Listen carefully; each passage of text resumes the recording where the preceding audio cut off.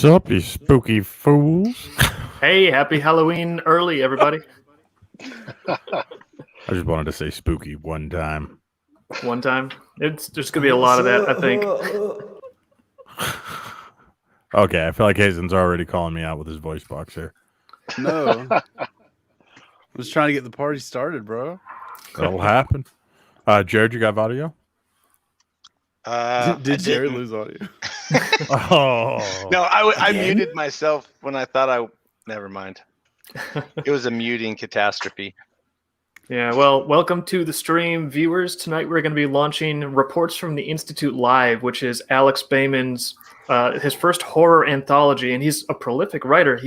We haven't printed it off yet, and we're about to get that rolling. And Alex is with us tonight. Alex, thank you for being here. My pleasure. Cool glasses, dude. Yeah, so anybody watching, the Crypto Comics team is getting, they are watching the chat. So if you have questions for us, questions for Alex, like especially if you've read any of the preview stories that are floating around out there, you might be interested in asking about the lore. Whatever you want, we are here tonight for you. Especially Hazen. Hazen is all yours. Oh, thanks, Fry. It's close enough to Halloween. We offer Hazen as tribute. See the annual sacrifice? Yes. To the Halloween gods, to the corn. Doesn't it have to be a virgin sacrifice? Ooh, Well, great question. That's the Hazen, point. I guess we'll find out when they cut me, huh? are you virtuous enough? So here's what's funny is that David jumps on the stream. He's surrounded by skulls, and now that the stream has started, all the rest of us are in creepier settings. See, I have all these skulls around. Now is finally the moment. Now is the moment when I can justify. Liz, you see why I needed that gold skull. I needed the skull on a pedestal. All of these, they're for business. It's a business thing, Liz. Exactly. Personally, I'm more of a spine collector. Oh, like do you like full size like vertebrae or like models or? Yeah, sometimes when I have dates over, I'll let them hold my spines if they're careful. Nice. Is that chiropractor? Can I go on a date with Alex? Are we allowed to do that, or is that against company policy? I'm not sure if I'm ready for that step in our Don't touch your relationship. bones. Yeah, take it. That was a Take it hard slow. no, Fry. That was a hard no. Play your That cards was a right. Someday rejection you might still, buddy. get to see the spine someday. Just one step at a time. I'm curious now if you like. I'd like to see photos of your spine collection. I don't know if you're distributing like photos of the inner vault or anything. That was a joke. I'm just being a silly man. You don't have. Oh, you don't have spines? You made us all like super like excited about. Well, spine if you collector. wanted a never gauge had for one of how gullible is David, I just maxed that thing out. I think right there. Hey, David, I have like one tone Yeah. that I speak in, so it's often not easy to tell if I'm joking. It's a superpower. Oh, he's a gonna have to think of who monotoner. would collect spines. Who collects spines? Vulture Predator. culture I know who people. does. Predator. Yes. Predator Boom. and Scorpion Yeah. from Mortal Kombat. And my Was he- uncle. We'll just leave that there. Again. All right. Well, before we get too carried away, let's make sure we give a little introduction to everybody that's on the screen right now. So, across the top row, you have our team at Crypto Comics. We've got Matt, Jared, Whoa. and myself. We don't matter nearly as much as the three on the bottom of the screen. So, Oh, you guys like to introduce yourselves?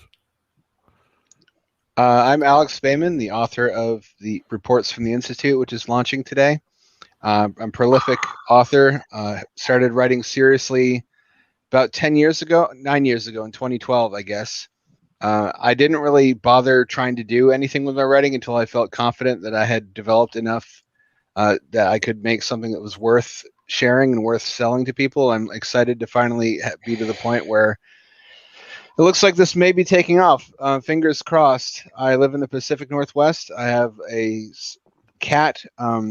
Recreationally, I build underwater hamster habitats. That's going to result in way more Did you just say questions than I want to underwater answer. hamster habitats? It begins. Oh, we're gonna get into this. We're gonna Yeah, I get into this. think in a we're little gonna have bit, we'll a get Jared. into video. it, Jared. Don't you worry. All right. I do a lot of like, tinkering. I'm sorry, all the things that you are listing off, fabulous, but that one just really caught my attention. You know what I mean? Oh, we've got plans to get into this. Sure. Okay. Yeah, I just want to make sure we don't skip the hamsters. We will not. And while David is doing his introduction, why don't you go ahead and check the questions document, Jared, so that you can make sure you're up to All right. par.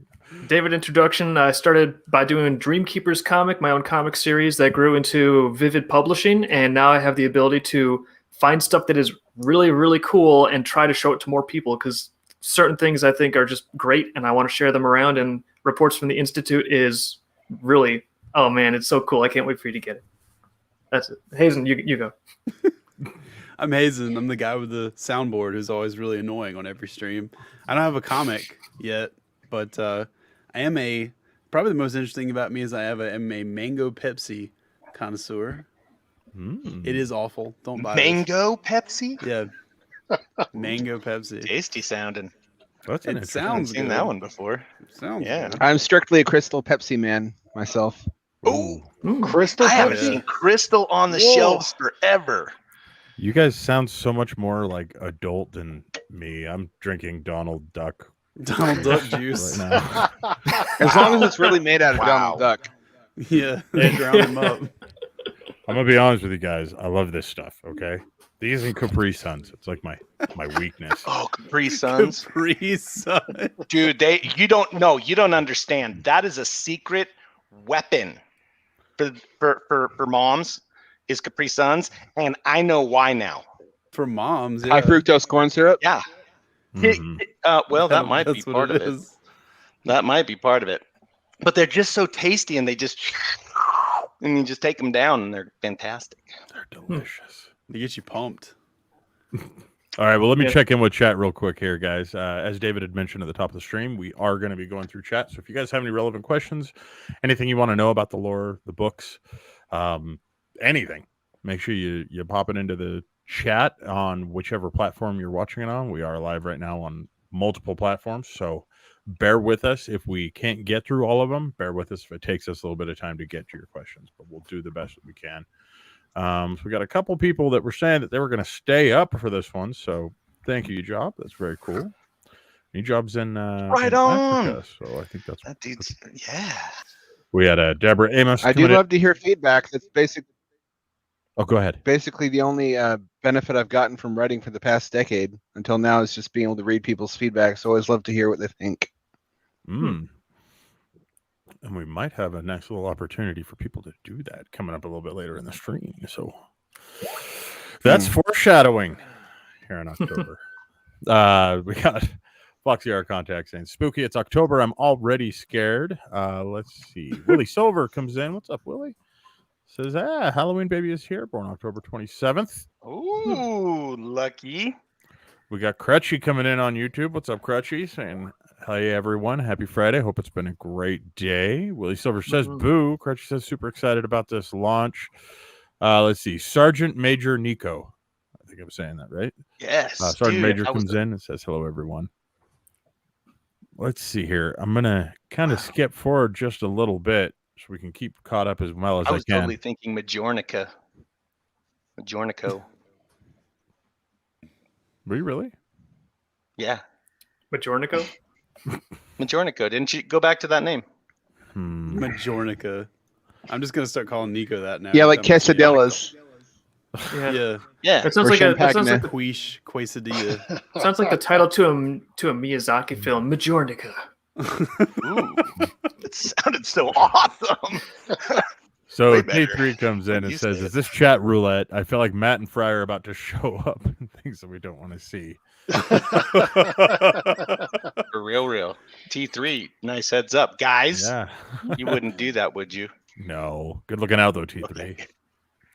All right, Matt. Plan's off. Sweetie Hamsters Squad and comes horror. in and says, hamsters and horror. I know, right?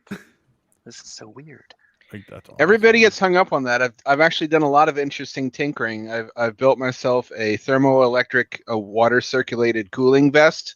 It's like wearable air conditioning. I've made a diving helmet, a solar powered surface supply diving helmet. But everybody, you make one underwater hamster base, and forever after that, you're the underwater hamster guy, no matter what you do. Well, we're gonna do Wait a minute. Wait. I didn't know about all these other incredible, amazing things. Like he's basically a genius. He's a mad scientist, and he also has like a horror novel that we get to publish. So that's so So cool. Doc Brown became a writer, is what you're telling me. yeah. Like, All right. Alex, you're the closest thing I know of to a mad scientist. I hope you don't find that insulting, or if there's like a different. Not at all. Not at pronoun. all. I appreciate it, but really, I don't invent anything. I use everything I use that's off the shelf. It's just stuff that doesn't get commonly used. I mean, you can buy the cooling vest, but people don't think to check Amazon for stuff like that. No, that's true. Oh, you got to make a commercial. People would love portable air conditioning. You just got to let them know it's out there. I guess so. Just like these books. These books are actually really good. You just got to let people know they're out there. Yeah. Very good point. Get it in front of the eyeballs. 100% correct. Yeah. Yeah. So Illusion comes in on chat saying, where's Alex? Why is he only a photo? Yeah, Alex. Because I have a bunch of webcams, but they're all pointed at hamster cages. Honestly, that's the reason. I live stream them 24/7. Show us one of your on Twitch. Can we see one of the hamsters? We'll get to it, sure. Okay, hold on. We should have a hamster wheel showing while we're doing this talking. Fucking fine. One of these. It's All right. thinking. Did you over on Twitch comes in and says Matt is lit like he's sitting behind the steering wheel of his van. Fry has a 1 hour photo color hide vibe. Hazen looks like he's straight out of Mandy, and David's summoning Norman Bates, and somehow Jared looks the most normal. Yes. It's not working. It's not working. Oh, you know? Wait a second. Feel Why better do I about have to it. be in a van? What's up with that? Whoa. Well, you do look like you're in a van. You kind of sound like it too, dude. Are they taking you somewhere? Well, they said free candy, and so That's what that sound was. It would be rude to turn them down, actually. yeah, No, exactly. It wouldn't be. Even though it's close to Halloween, it ain't Halloween yet. You should smack those people for getting all ahead of themselves. They're just excited. I know. Shit, I'm seeing Christmas about all the free decorations. candy. Talk about getting ahead of yourself. Well, so actually, now that I know so much more, this is so awesome. If you would be so kind, tell us a little bit about your personal backstory. Who is Alex Baymen, and how did you get here? Well, when a mommy and a daddy love each other very much. Oh my No, gosh, I'm we're kidding. going back to the birds and the bees? No, wait. Keep going. I need to learn this. Keep going, Alex. Okay, I am on the autism spectrum, which explains a lot about my life. People are usually not surprised to find that out about me. I had a really difficult time with other kids growing up. I was mostly my own best friend. I had an engineer father who was the kind of guy who thought it was a good idea to substitute a box of parts for a Christmas gift because he said anything you want, you could probably build out of what's in there. And everybody says, "Oh, that's awesome. I wish my dad had done that." It didn't seem that way at the time. At the time, I wanted a damn Megazord. But he's like, make your own Megazord. Right. Be the Megazord you want to see in the world. And I benefited from it. I benefited from everything he did. It did rub And then off he on me made a the lot. And now I Killdozer. have the basic knowledge of how to do stuff like build, make a working circuit and get watts by multiplying volts by amps. That seems really dead simple to me, but eludes a lot of people, and even though that probably they learned it in high school. Like I said, I think I trick people or hypnotize them somehow into being way more impressed with stuff that I do than they ought to be. This is all like high school level science and engineering. It's stuff anybody could do with 5 minutes of Googling and off the shelf components. It's just how much energy you're willing to put into over engineering complex solutions for pretty simple problems that most people would just wear a wet t-shirt, for example, instead of wearing like a science project on their body to carry heat away from themselves. But a lot of this stuff I feel is practical and comes actually from a place of being ruled by fear. People talk about that as a negative thing. They say you shouldn't live your life ruled by fear. I beg to differ. That's how we got here. That's why human beings are at the top of the food chain, sitting inside air-conditioned boxes, eating like chicken wings instead of being hunted. Quick question, Alex. It's by I love chicken wings. Hey, quick Go question ahead. for you. Do you think that the do you like because I understand what you're saying in relation to fear and how that like made it so that the human race could actually like survive, right? Mhm. But do you think that that fear is still necessary with the current like way that society goes, like to live in that fear? Because it does. I think there's such like, a thing as fear does having a miscalibrated threat model to where you're excessively afraid of things. That's behind a lot of things like COVID denial and whatnot. In my case, I feel it's more focused and rational. For example, one of the things I've done with my time and money after getting not trapped, but I basically lost my car in a national forest one time. And I had a really bad time that night waiting for the sun to come up and only to find out it's like only 1,000 feet away from me the whole time. And I could almost see it from where I was to put together like a solar backpack that has a quinoa, a camping stove, a bivy sack made out of Mylar in it, and all kinds of things. So the next time that happened, it wouldn't be so discomforting. Or designing modifications to my car. So I have a power outlet in my car that can run appliances off of up to 1,500 watts. I have a foam-lined, fabric-covered, wood-backed cushions that interlock to turn the rear section into a bed when the seats fold down. Because I anticipate things like economic collapse and being homeless, and I prepare for those things as a safety net because I'm just kind of an anxious, fearful person, and that ties into why I write horror, because they say write what you know, and I'm scared a lot. Dude, that's freaking like the awesomest. I will say, like, I think a lot of people too, like, I feel like everyone sort of is going to have fear and anxiety at some degree that they deal with. It's just the people that refuse to acknowledge it or refuse to look at it, that kind of like shove it into an area where when you don't look at it, then you're not capable of actually dealing with it in a healthy manner. And it can sort of like come out and distort their behavior in ways that are suboptimal. So I think that it can be constructive. Yeah, it can be constructive. And like when you have it in front of you and you're like capable of looking at it, acknowledging it, then you can actually take it and use it as a motivator to do what you actually want to achieve. And like if there's any change that you want to affect, exactly like you're saying, like to increase your level of preparation. There's a point of diminishing returns. Like I'm not the kind of guy who has a bunker stocked with like Tang and buckets full of Pat Robertson's dehydrated food or anything.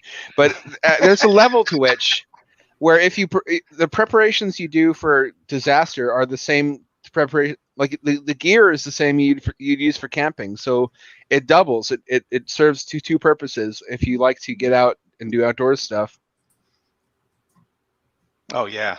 Yeah, but see, I think that you have a healthy respect for, you know what I mean? Like, I wouldn't say that you let fear rule your life. You allow fear to empower your life, which is fantastic.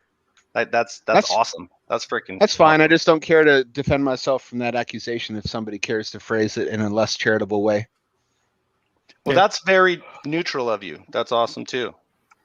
So, like, do you think that you were saying that that's sort of that sense of anxiety that you had naturally have to a degree that's informed your work? It has. Much of what I write is it's like the Rosetta Stone for understanding my writing. It's all my own insecurities and all my own fears that have been blown up and magnified and distorted the way that they often are during a nightmare, which is sort of what I try, the feel and vibe I try to capture.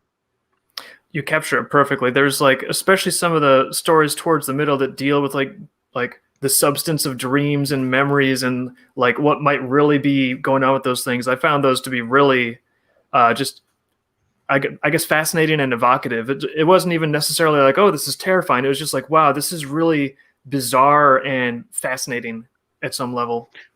Well, we lose control when we dream. We're not conscious. We don't have the normal structure to our thinking. We don't know for sure. I mean, if you have a dreamless sleep, then you have lost your continuity of conscious experience.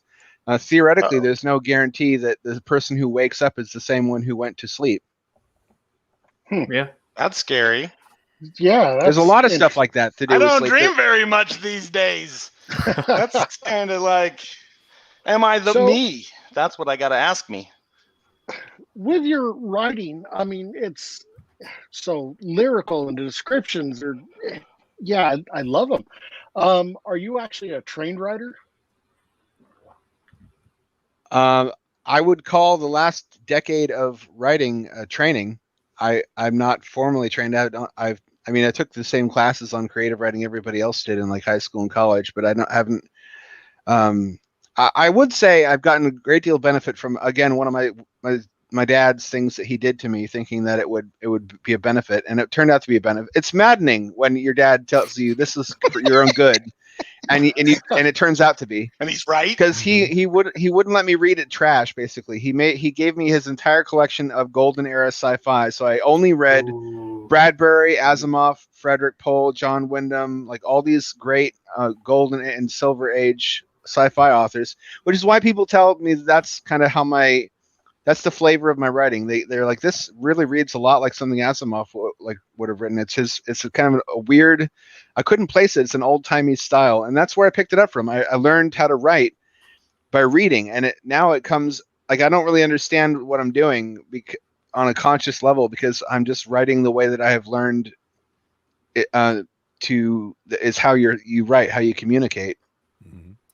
It works really well. Even like one of the things I like right from the first story is how like the protagonist has so much skepticism, and even in the story there's like a terminology for that, and they have an effect on the paranormal world. But having kind of that interplay of like these paranormal things with the skeptical protagonist that you walk through, I just felt like that set up like just sort of an inherent conflict, even in the perception that the character was having in the story, and it was really fun to read. You would be skeptical, wouldn't you? People in paranormal movies believe way too quickly. Yeah, and I felt like that bonded me with the protagonist more, because I was like, oh, like if I was seeing something crazy, I would think, what, this I must be crazy. That can't be like. So I think you're really pacing the reader extremely effectively, and that helps to sync people up with the story, and it gets people into it. It's just, I don't know, I love it. I'm a fan, and I'm looking forward to more people reading this stuff. It makes it. I appreciate it. I'm too. not really good at accepting praise, so forgive me if my responses are like one word or less. Oh, that's okay. I just want to tell you that I like it. Whatever your reaction is irrelevant. Oh, thank you. Yeah, that's true. It makes it interesting though that his skepticism is also like part of the narrative to me. Like it isn't just, oh, he's skeptical because he's a very smart guy. It's like he's skeptical because he's intelligent, and also because he's skeptical, that's exactly like why some of the stuff is going on. That's inspired by James Randi, actually. It was a real accusation made against him when he challenged purported psychics to demonstrate their abilities. One of the excuses that they gave was that James Randi was a nega psychic.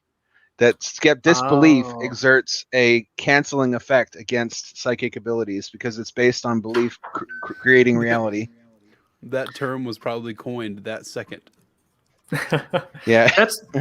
That's one thing too. Like when I first read the manuscript, I enjoyed it a lot, but now that I'm going through and trying to get like ready for promotional stuff, like sometimes I'll be Googling things and I'm like, wait, organivores, like these are actually like sort of like pseudoscientific theories that are like they're real things. So a lot of the stuff you're not just totally fabricating from whole cloth. Like you're tapping into like real theoreticians that have put out these sort of it's like they're dead ends of science. It's like people pursued them and then they're like, no, this isn't real. But it's still really intriguing to think, what if it was real? Like, how did you come across some of these different models?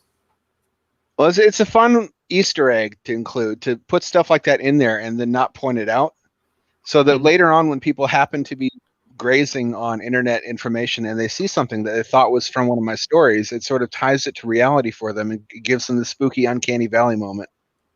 Yeah. Oh, that's brilliant. It lays that like layer of discovery on it too, like in that same way, where it's like, I heard about this before from this thing, and then they immediately remember the book. It's sort of a poor man's literary ARG. Yeah. Yeah, that is like a funny way to put it. Yeah, ARG. Augmented ARG, reality for those who game. don't know. Oh, well, you go ahead, Alex. No, you can do a better job of it probably. ARG just means I've heard it as augmented reality game, but most people I know nowadays say alternate reality game. All it is like, do you know what Marble Hornets is? No. It was a YouTube series. This Marble Hornets is the most famous ARG, and it's the best way to explain what it is to describe what Marble Hornets is. It was just a series of videos that were supposed to be sort of like found footage, and you would see things on the internet pointing to like weird stuff this video was bringing up, and it was like where one of the big Slender Man trends kind of came from, was this thing that was trying to describe like, if you go here and do this, these symbols draw this monster out, and everybody kind of knows it's fake, but it's kind of like Blair Witch Project, which is another, I guess you could say, an ARG, because a website was set up to prove that was a real legend when it wasn't. Maybe the first ARG. Critically, they're mixed media too. They'll include things like phone numbers that are in the background, and if you happen to think to call them, then they are set up ahead of time to be part of the ARG, and you can even schedule calls that you receive later that give you more clues. What? Oh, yeah. So sometimes there's codes you have to break in them, all kinds of stuff. These are like the ultimate Easter eggers. Yeah, it's like it almost turns into like a macroscopic real world scavenger hunt. It's a really fun concept. I like ARGs a lot, yeah. What were you saying, Alex? I was just saying what I've done is a smaller version of that. It's the fullest extent to which I can create that effect within a book. Mm-hmm. That's freaking awesome. Cool. Well, speaking of the book, that's what brings us all here tonight. We have a little under 2 minutes until we should be looking at launching. Is that right, David? Yeah, actually, do we want to launch it 9 on the dot here? That's up to you guys. We're just here for the party. Let's go ahead and launch it. Then we can hang out with brilliant people who write kick-A books. Well, I'd say, let's do it at 9 o'clock, and then we can hang out while people are free to jump in the campaign, and we can see how it goes. Okay, let me throw up the campaign video just to give everybody an idea of what we're getting ready for.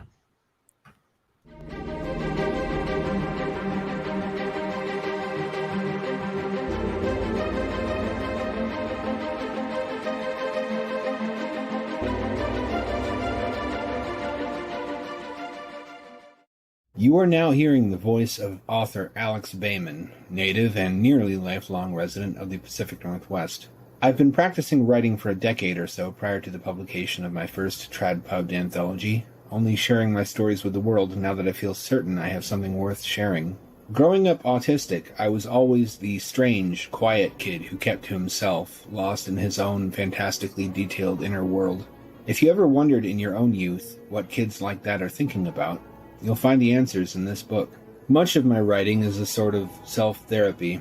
By describing my fears, my insecurities, and despair, I extract these demons from my mind and banish them to the page. Folklore teaches us that knowing the name of a demon robs it of its power. Describing a trauma can do the same by helping you to process it. That's the principal reason why my writing reads something like a celebration of sickness, sadness, wrongness, badness, darkness, and madness. But are we really here just to be happy, or to experience the full spectrum of what it means to be human? A life without suffering is like a diet consisting only of cakes and candies, or if the only genre of film was romantic comedy. The world is neither so putrid as it appears from the low points, nor as magical as it appears from the high points. Reality is where those two perspectives meet, a blend of beauty and ugliness, like Mother Nature, which gives us ducklings and kittens, but also Ebola and the kangaroo fish. Yet, even in ugliness, there is hidden beauty. If, for example, you were to examine Ebola closely enough, you'd be confronted with intricate molecular patterns. Something as mundane as a bucket of sand becomes unexpectedly beautiful when viewed under a microscope, although what you're looking at is innumerable tiny corpses. To create beauty, evolution requires death. This paradoxical principle led me to linger, perhaps longer than I ought to, in that dark inner void, gazing into the abyss and writing down what I saw, letting the abyss gaze into me as well until it was like looking in a mirror. How many compelling songs have been written about happiness or love compared to pain, sadness, and regret?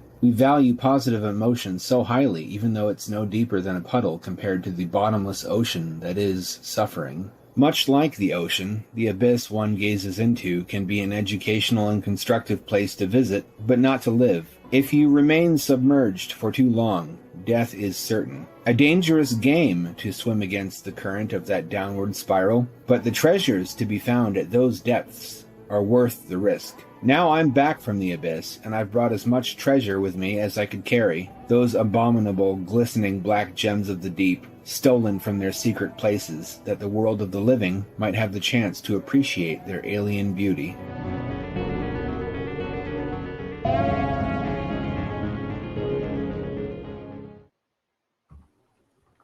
You're like a minstrel of words. Like a Thank you. Man, dude, that was freaking awesome. That was pretty sweet, to be totally honest with you. Like, we're gonna play that again just because it was so cool. Not right now, though, Fry. Not right now. But later. Yeah, I love the part at the end about the treasures from the abyss thing. I've actually adapted that to some of the later marketing stuff here, but I noticed. That's actually a really interesting way to look at that, in my opinion. Like, really, truly. Yeah, your perspectives That's are my super value. cool. I feel is having Your superpower? different ways to look at things because my brain is wired differently. Oh, I love that.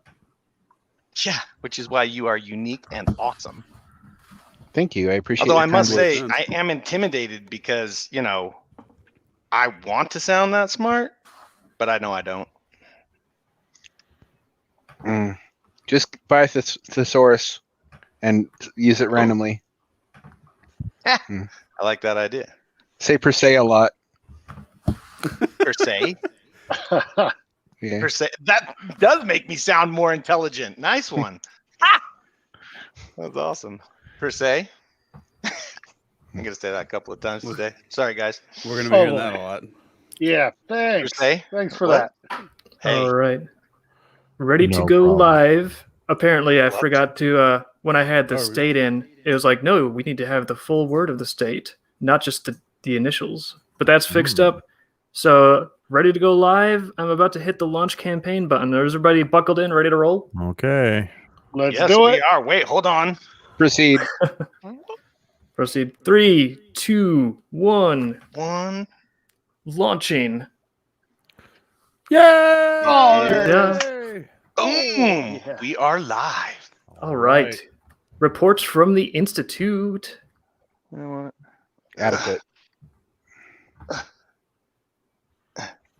And it says, Here we go. share on Facebook. Okay, I will share on Facebook. Share it Ooh, share it. everywhere. And everybody share if you can. Share this out there. Please help an indie creator reach his dreams. Mm-hmm. Have we got a link in the chat? I don't see a place from like where we're streaming I to am do it. putting a link in right I figured you were now. already I just on it. I wanted to just make wanted to sure that we were make up sure, and live yeah. before I placed it in.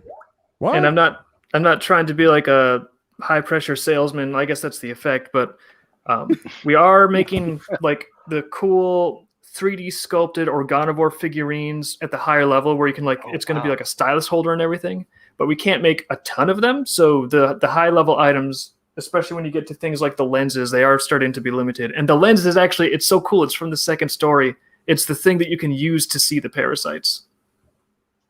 What? That is so cool. Mhm. Is that what the parasites look like? In their larval form, yeah. Like in the book, I think it's a little bit bigger. But I was like, for the stylus holder, I wanted something a little more of a contained shape. So we made like sort of a skull bug Ish. flea, like a skull I flea freaking- monster thing. Yeah. That looks really, really. In the book, they're kind of like a Creepy. shriveled little homunculus. They're one of two species of the same basic thing. One of them is the projections, which are described down in the seam tunnels, which are an offshoot of that same species, which is why they look like a ghostly form of the same thing, but they managed to survive the heat death of the universe. The still physical version of that species they're descended from is the parasite described in Through the Looking, If That Looking Glass Should Break, rather. And rather than just create what looks like a weird shriveled little man, which I don't think people would want to buy and have on their desk, they seem to have made like a larval version of it, which I think looks pretty rad. Sweet. Like, I'm so glad you like it, because sometimes, when you take creative liberties, it's like, is the author gonna be like, are they gonna beat down my door and kill me for making something up? But I'm kind of relieved that you like it.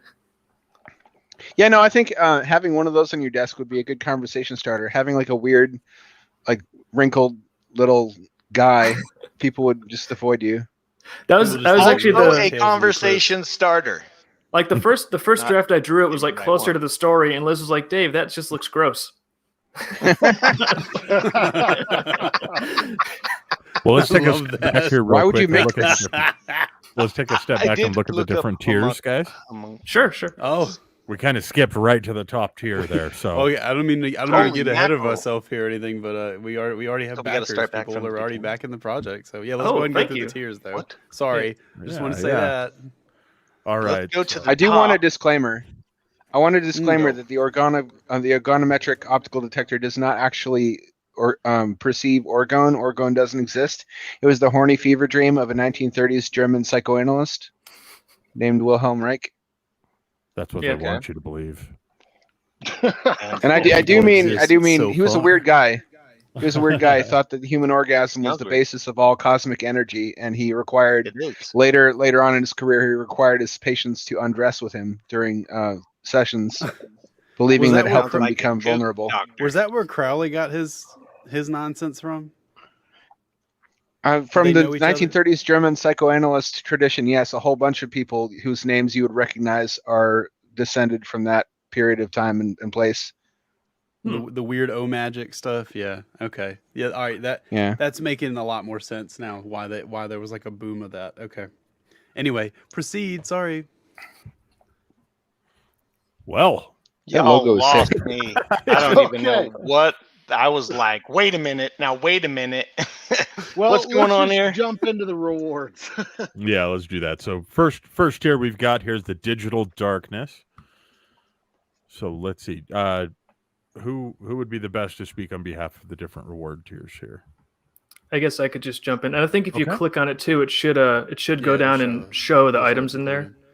So digital darkness is pretty straightforward. If you don't really have the shelf space, you can just get a PDF, an ebook of the book, and then you can take it with you anywhere you go. And I mean, you also can read it. I think Alex Baymen has some of these up like free on some of his accounts. But if you want to have like your own file that's on your computer, and if you want to support him, help him out a little bit, like reward him for making some of this awesome stuff, digital darkness is the ground level way to do that. Okay. That was fantastic. Next tier up, I'm we've not got sure. the book. I love the name of that one. Were you gonna say something, Alex? I'm not sure why, but it's much easier to persuade someone to buy a book than it is to persuade them to read something on the internet. So having Yeah. them up for free doesn't really compete with the book, in my opinion. Well, I will say, There like, is- I'm Yeah. a poster child of that. Like, if I have the ability to read something in a physical book versus a screen, I don't like to read on screens. I like something in my hands. And this is actually our prototype of the book. Oh, sick. Let's see here. Da-na-na-na. Because I figured I wanted to, print off a test copy, make sure my typesetting is good. Actually, there's even this like prototype copy. I sharpened up the typesetting a lot for the final version.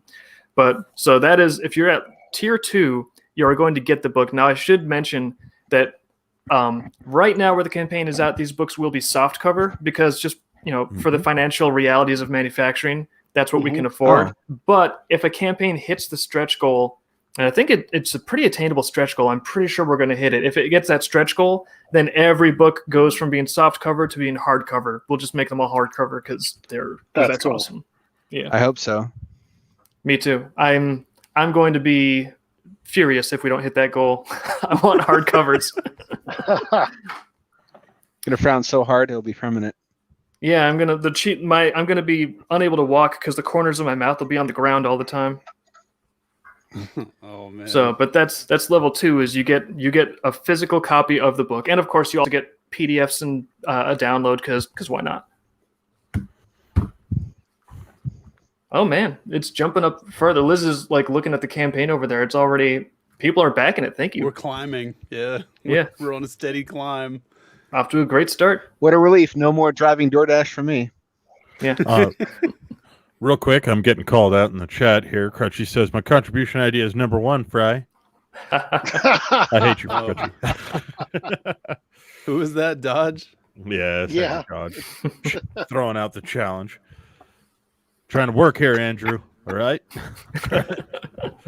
So the third tier is the book and the pin. So Yeah. this is interesting. I think this is really cool at this price. Yeah, it's adapted from another item that's in one of the stories, the Abraxas stone, which I don't want to get too much into spoiling the story, but there's sort of one that involves like interdimensional travel and a multiverse, and you need to have an Abraxas stone that ties you to your home dimension so that you can go back home at the end instead of being stuck wandering infinitely into this like just myriad of horrific dimensions, generally speaking. So in the story, that's what the Abraxas stone is. And I was like, well, I know that we can do pins, and plus that's convenient. People could pin it on their thing. So I made a little design, sort of almost featuring the Organivore motif, like little head and like the Abraxas sort of like letters around the rim. So we're calling it an Abraxas Pin, and it's going to be 3D printed solid metal, just really cool. That is very cool. No guarantee that it will actually facilitate interdimensional travel, however. Well, if it doesn't, Not guaranteed. But no, nobody's no. going to Cover our not bases. guaranteed. yeah, either. Alex, that's the one thing where if it doesn't work, we don't have to worry about it. They're gone. They're just gone. And the fourth tier is the signature from the author, from Alex here. As you can hear his lovely voice on the chat. Yeah. And thank you, Thank Alex, you. for being willing to let us send you a block of books, sign them all, and send them back. Because I know a lot of people, they're going to be probably viewing these as, limited edition collector's items, and having your signature in there is going to mean a lot to people. Mm-hmm. This is the first time hearing of it, but it sounds good to me. Be ready. This is the first time you're hearing you're going to be signing books? No, I Yes. asked you if you could sign books. What are you talking about? I have a poor Well, memory. not that I we're suppose if making you want to be an promises author on and the you don't like live to sign stream books, or you're in the wrong anything. profession, right? Would you be willing to sign books? You may have like a pallet of books mailed to you. We'll mail them to you, mail them back to us, and you were like, "Yeah, sure." Well, I mean, if you want to be an author but you don't want to sign books, you're probably in the wrong line of work, right? You probably, yeah. I was gonna say you're in the Possibly. wrong line of work. We'll compromise. You can initial. Yeah. I'm really hoping that everyone noticed the face Dave made as soon asAlex said he Oh he my! hadn't heard of Did this somebody before. cap it? We'll put that as a David's badge. face just went flush. He was Just like, uh-oh. We'll put that as a badge.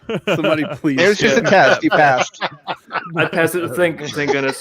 It's just like after so much of like trying to like cross every T and dot every I and be like, okay, we got the shipping calculated, and then like having one big thing like, what? Sign it. What are you talking about? It's like, oh no. I would have laughed so hard if like all 250 were just gone like that, and then Alex said, "Oh, I never agreed to this." I'd have to get like a Did- clone to sign. I don't know. Did Did you design the pin? You said you designed the pin, right? That's actually really sick. Oh, thank you. Yeah, I'm doing all the graphic design for it just because that's kind of my background. Is I didn't really get into publishing because I was like doing the business stuff first and foremost. I was doing my own comic and being an artist, and I wanted to have books out there. So I was like, you know what? I feel like I can do this better than the other people that are doing it the way I don't want to do it. So, and here we are. Very cool. Damn. That's how it's done. Some nice synergy. Well, let's Oh, get to thank that you. next tier, guys. Let's keep the ball Yeah. rolling here. Sounds tier good. Yeah. 5 is the Don't look lens at the that was mentioned signature. earlier. Tier unless you want a collector's item. Oh yeah, this is, and I actually have the sample one here that I was using in the product photos. This is Okay. the lens. Let me. Look, All right, there's let's- Hey, Matt. what's up, Matt? Hi. We got How's the it wrong. going? We got the Yeah. wrong person here. Let me But check go. it out. And it's even even in the story. In the story, it was like a sort of like a rose tinted lens, like a rose quartz looking lens, and so we even got to match the color in the lens, which I'm excited about. That was And awesome. it even folds out, so if you want to, you don't have to hold it up on a chain or You can something. lens You up. can just be like this, and you can scare people at the grocery store. You know, I'm, Yeah. I'm I just don't gonna know. say You it. actually the look guy like that from, dude that has Skies the of round Arcadia. one with the chain. You know what I'm saying? You He has can the pull round off a one with the monocle. chain hanging off of it. Looks awesome. It's a You monocle. look smart. Like, Yeah. yeah, a monocle. Yeah. Thank you. And again, just to be clear, orgone is a pseudoscientific, non-real concept as far as we know. I don't think these will actually let you see paranormal parasites, but it's really fun to pretend, and it's in the story, and it's a souvenir that I have never seen something like this before. So I'm pretty psyched that we can offer it with the lens tier. And Well, If you do technically look there's through it only and see natural monsters, things you through should it. consult your doctor at once. Yeah. Yes. There's only beat 40 me to it. opportunities Something for similar. someone to find out, guys. Just give them the chance. That's all we're Yeah. saying. So the next year coming up, well, we already talked about this one because, you know, everybody wanted to jump It's right the to coolest the top tier. reward. We had to talk about it. I'm I really, know. I am psyched for it. Yeah, this is pretty cool. So is it a Keep our pencil mouths sharpener? Shut about this. It's not a pencil sharpener, but it's a style, like Pencil like I've got a stylus holder to hold my stylus. It's like, woo, exciting. But what if this was like a cool, awesome skull flea parasite monster? Then it makes my wife love me even more, right, Liz? Goes right with your other skulls. It fits right in with the Yeah. decor. Yeah, exactly. Yeah, The it decor does. is looking skeleton-y. It's a Okay. spooky stream. It's October. So Oh, good will point. it actually fit the like say Apple Pencil or something like that? I think we're gonna try to make sure that it fits pretty much everything. I mean, it's just gonna be a basic hole, so we'll just make it wide enough. So granted, if you have like a really skinny pencil or like an incense stick or something, it might be like tilted in there. But still, it's gonna be like, you know, a vertical hole. You can stick your stylus in there. It's not gonna go anywhere. Very cool. That is pretty cool. Plus, there's a stretch goal that they'll glow in the dark. Yeah. I hope we get that stretch goal because it'd be We'll so get, cool. we'll if we get could- to the stretch goals, but I just wanted to. Well, I it can't is the keep my mouth future. shut Everything should about glow. these organivore figures. Wait, what glows They're in really the dark? cool. I want one of these. If we can get the revenue to hit that level of manufacturing, they'll be glow in the dark organivore stylus holders. Sick. That is so awesome. That's freaking cool. Just like the whole thing, or are you just gonna make it so the skull glows? I think probably the whole thing. I think I would like us to Yeah. just have it be like the material is a glow in the dark material. That would typically the way we manufacture figures is through 3D printing. So it says at this level 3D printed little organivore, but yeah, it'd be simpler just to make the whole thing glow. Single one material. Yeah, the yeah. whole thing will probably glow. It's the Jesus. future. It should also hover. Yeah. Well, Yeah, should. dude. I can't We'll put some promise magnets that. on the bottom, like those little moon lamp things. Here we go. So you can spin Hover it and around glow. and fling your stylus Well, all I over the mean- room and create a hazard. Should we add that as like a stretch goal at like a few million, like a magnetic hovering At capability? 30,000, we'll add anti-gravity, and your spouse will hate you. At, Well, at should we 40,000, get we'll into the add stretch we'll add goals? solar roadways in for the mix too. I mean, you guys have got Alex to help you invent whatever it is you need. So I That's feel like true. you're right there. He Let's get doesn't into these invent. stretch He goals, takes though. what's there and makes something awesome with it, Bri. True. Oh, Let's You get can into get these magnets stretch pretty goals. cheap. He gets Just it. gets- So Some of those a little heated $1,000 magnets. goal, the campaign is successfully funded, which is Mhm. fantastic. It's what everybody wants to see. At the $2,000 goal, we got the vampiric digital bonus. Oh yeah. At that point, Vivid has another sort of horror realm book that we've signed, and I was thinking it'd be a cool extra if we can get a stretch goal. We're gonna get everybody ebooks and PDFs of that book. It's Vampire Holidays, which I've also read and enjoyed immensely. So fantastic. is that just for the physical tiers, or is that just The P- anybody? Anybody like the PDF and the ebook, since those are digital rewards, I just have to make the ebook and typeset it and everything. Mhm. Everybody in the whole campaign will get those if we hit that stretch goal. And then That's like cool. later on, there's another stretch goal where they actually people that are getting packages in the mail, physical stuff, they would also get like a physical Vampire Holidays book if we get that stretch goal. Yeah. If you scroll down a little bit, it talks a little bit about what the Vampire Holidays is. It's a book about like a supernatural accounting firm, which I've never. There probably is something like that exists, but I've never seen it before. I thought it was a pretty interesting little concept. Yeah, it's they're not allied with heaven, they're not allied with hell. It's gray associates, CPAs. Everyone needs good tax advice and accounting, whether they're good or evil. So Damn right. I haven't read it though. Who do they pay their taxes to? who do they pay their taxes to? The government. The government. Yeah, Same. I mean, same thing. Uncle Everybody Sam else collected pays their from angels taxes and too. demons alike. yeah. Nobody Well, I escapes mean, the IRS. That's right. No one escapes.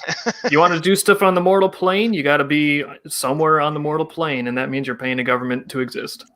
You think they'd be 1099 for that? I wonder how that would work. No. Maybe I don't know. 10,666 for it. Yeah, I'm Technically not the contractors. accountant. I just published the story of the accountant.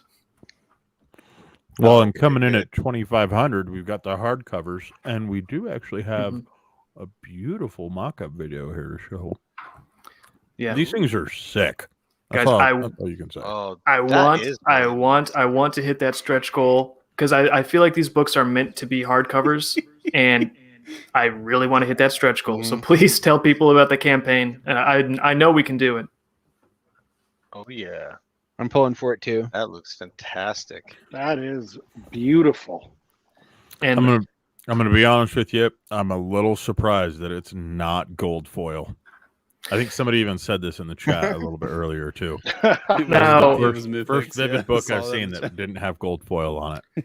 I have to talk with the printer about what other options are on the table. But I can't put anything in there until I know for a fact. Oh, actually, right here. Mythic's actually had come in on YouTube saying, Alex, you'll have to stop Dave from pressuring you into getting gold foil if you get enough stretch goals. I don't Honestly, know.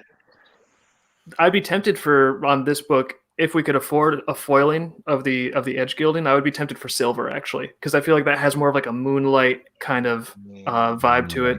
Yeah. Well, at 3,000, We had to choose on though the bound- between on the the- gold foil and the goat blood ink. 3,000 we got the Priorities. dust jackets.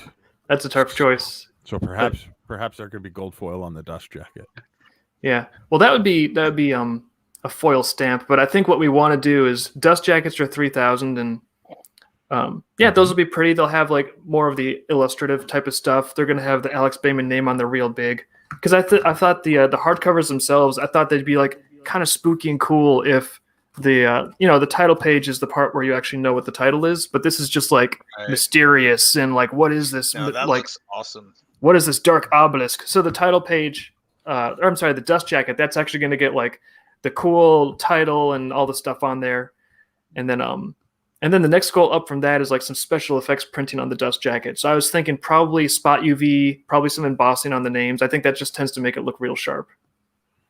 That would be cool. And then at 7,000 is the I guess we could call it the Oprah level. Yeah. You get a book and you get a book. All Whoa. tier 3 and higher backers will have a Everybody get physical. the book. Woo! Yeah.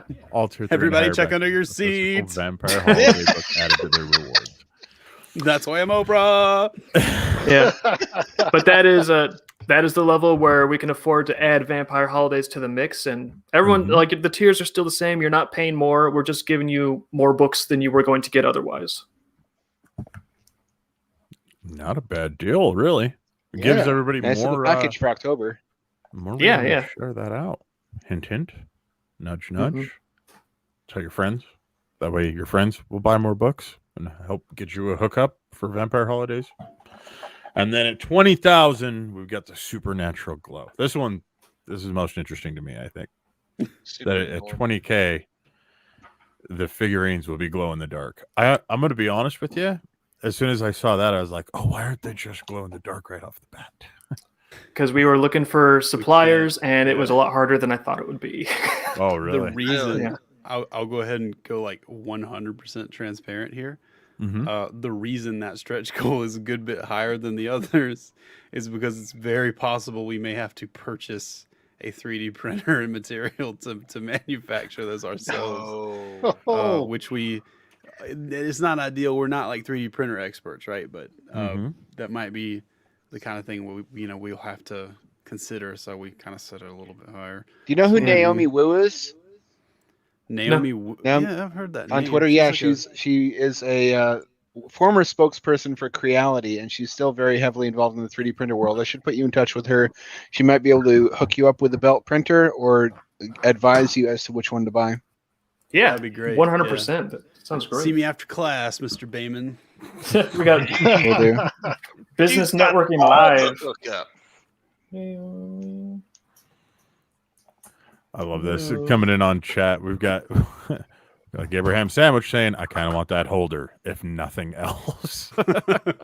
Oh, It's interesting you chose to make it a pen holder because the physical, I'm not the physical, the ghost version of that is from a story with a focus on trepanation, and I thought that the hole in the head with the pencil going into it was a reference to that. Oh no, that If you was just recall. that's total coincidence. I didn't even think about the trepanation aspect. That's cool. Okay, wait a minute. I like it. Explain that big word to me. It's trepanation is the medical practice, or I guess malpractice of drilling a hole in the skull to relieve pressure thought to be caused by evil spirits. Oh. Please don't let Jared know that they don't still do that. We've been trying to convince him to have it done for a while. That'd be pretty funny. We do. It's going to get rid of the evil spirits, Jared. Just That's why he's I always saw got it in the a hat. movie once. I know what it is now. you'll get a sucker when it's done. Also, I'll just say for the record, I'm so glad that's not a real thing. Because if there's actual evil spirits that got in your head, and it's like, darn it, now I have to drill a hole in my head. It's the only way to fix this problem. I don't want to live in that world. No, I let them I out don't by want writing. to either.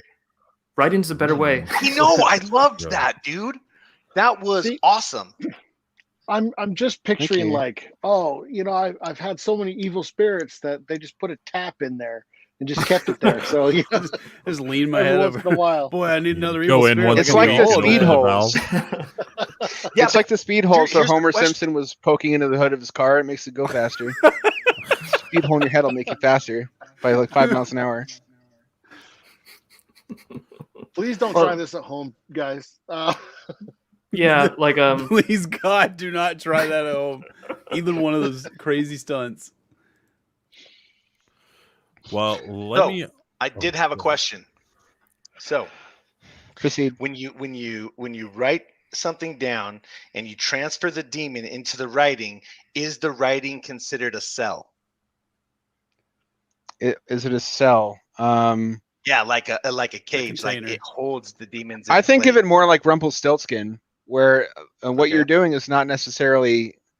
I guess I have to modify the analogy a little bit. Then what you're doing is not really trapping it so much as you are naming it.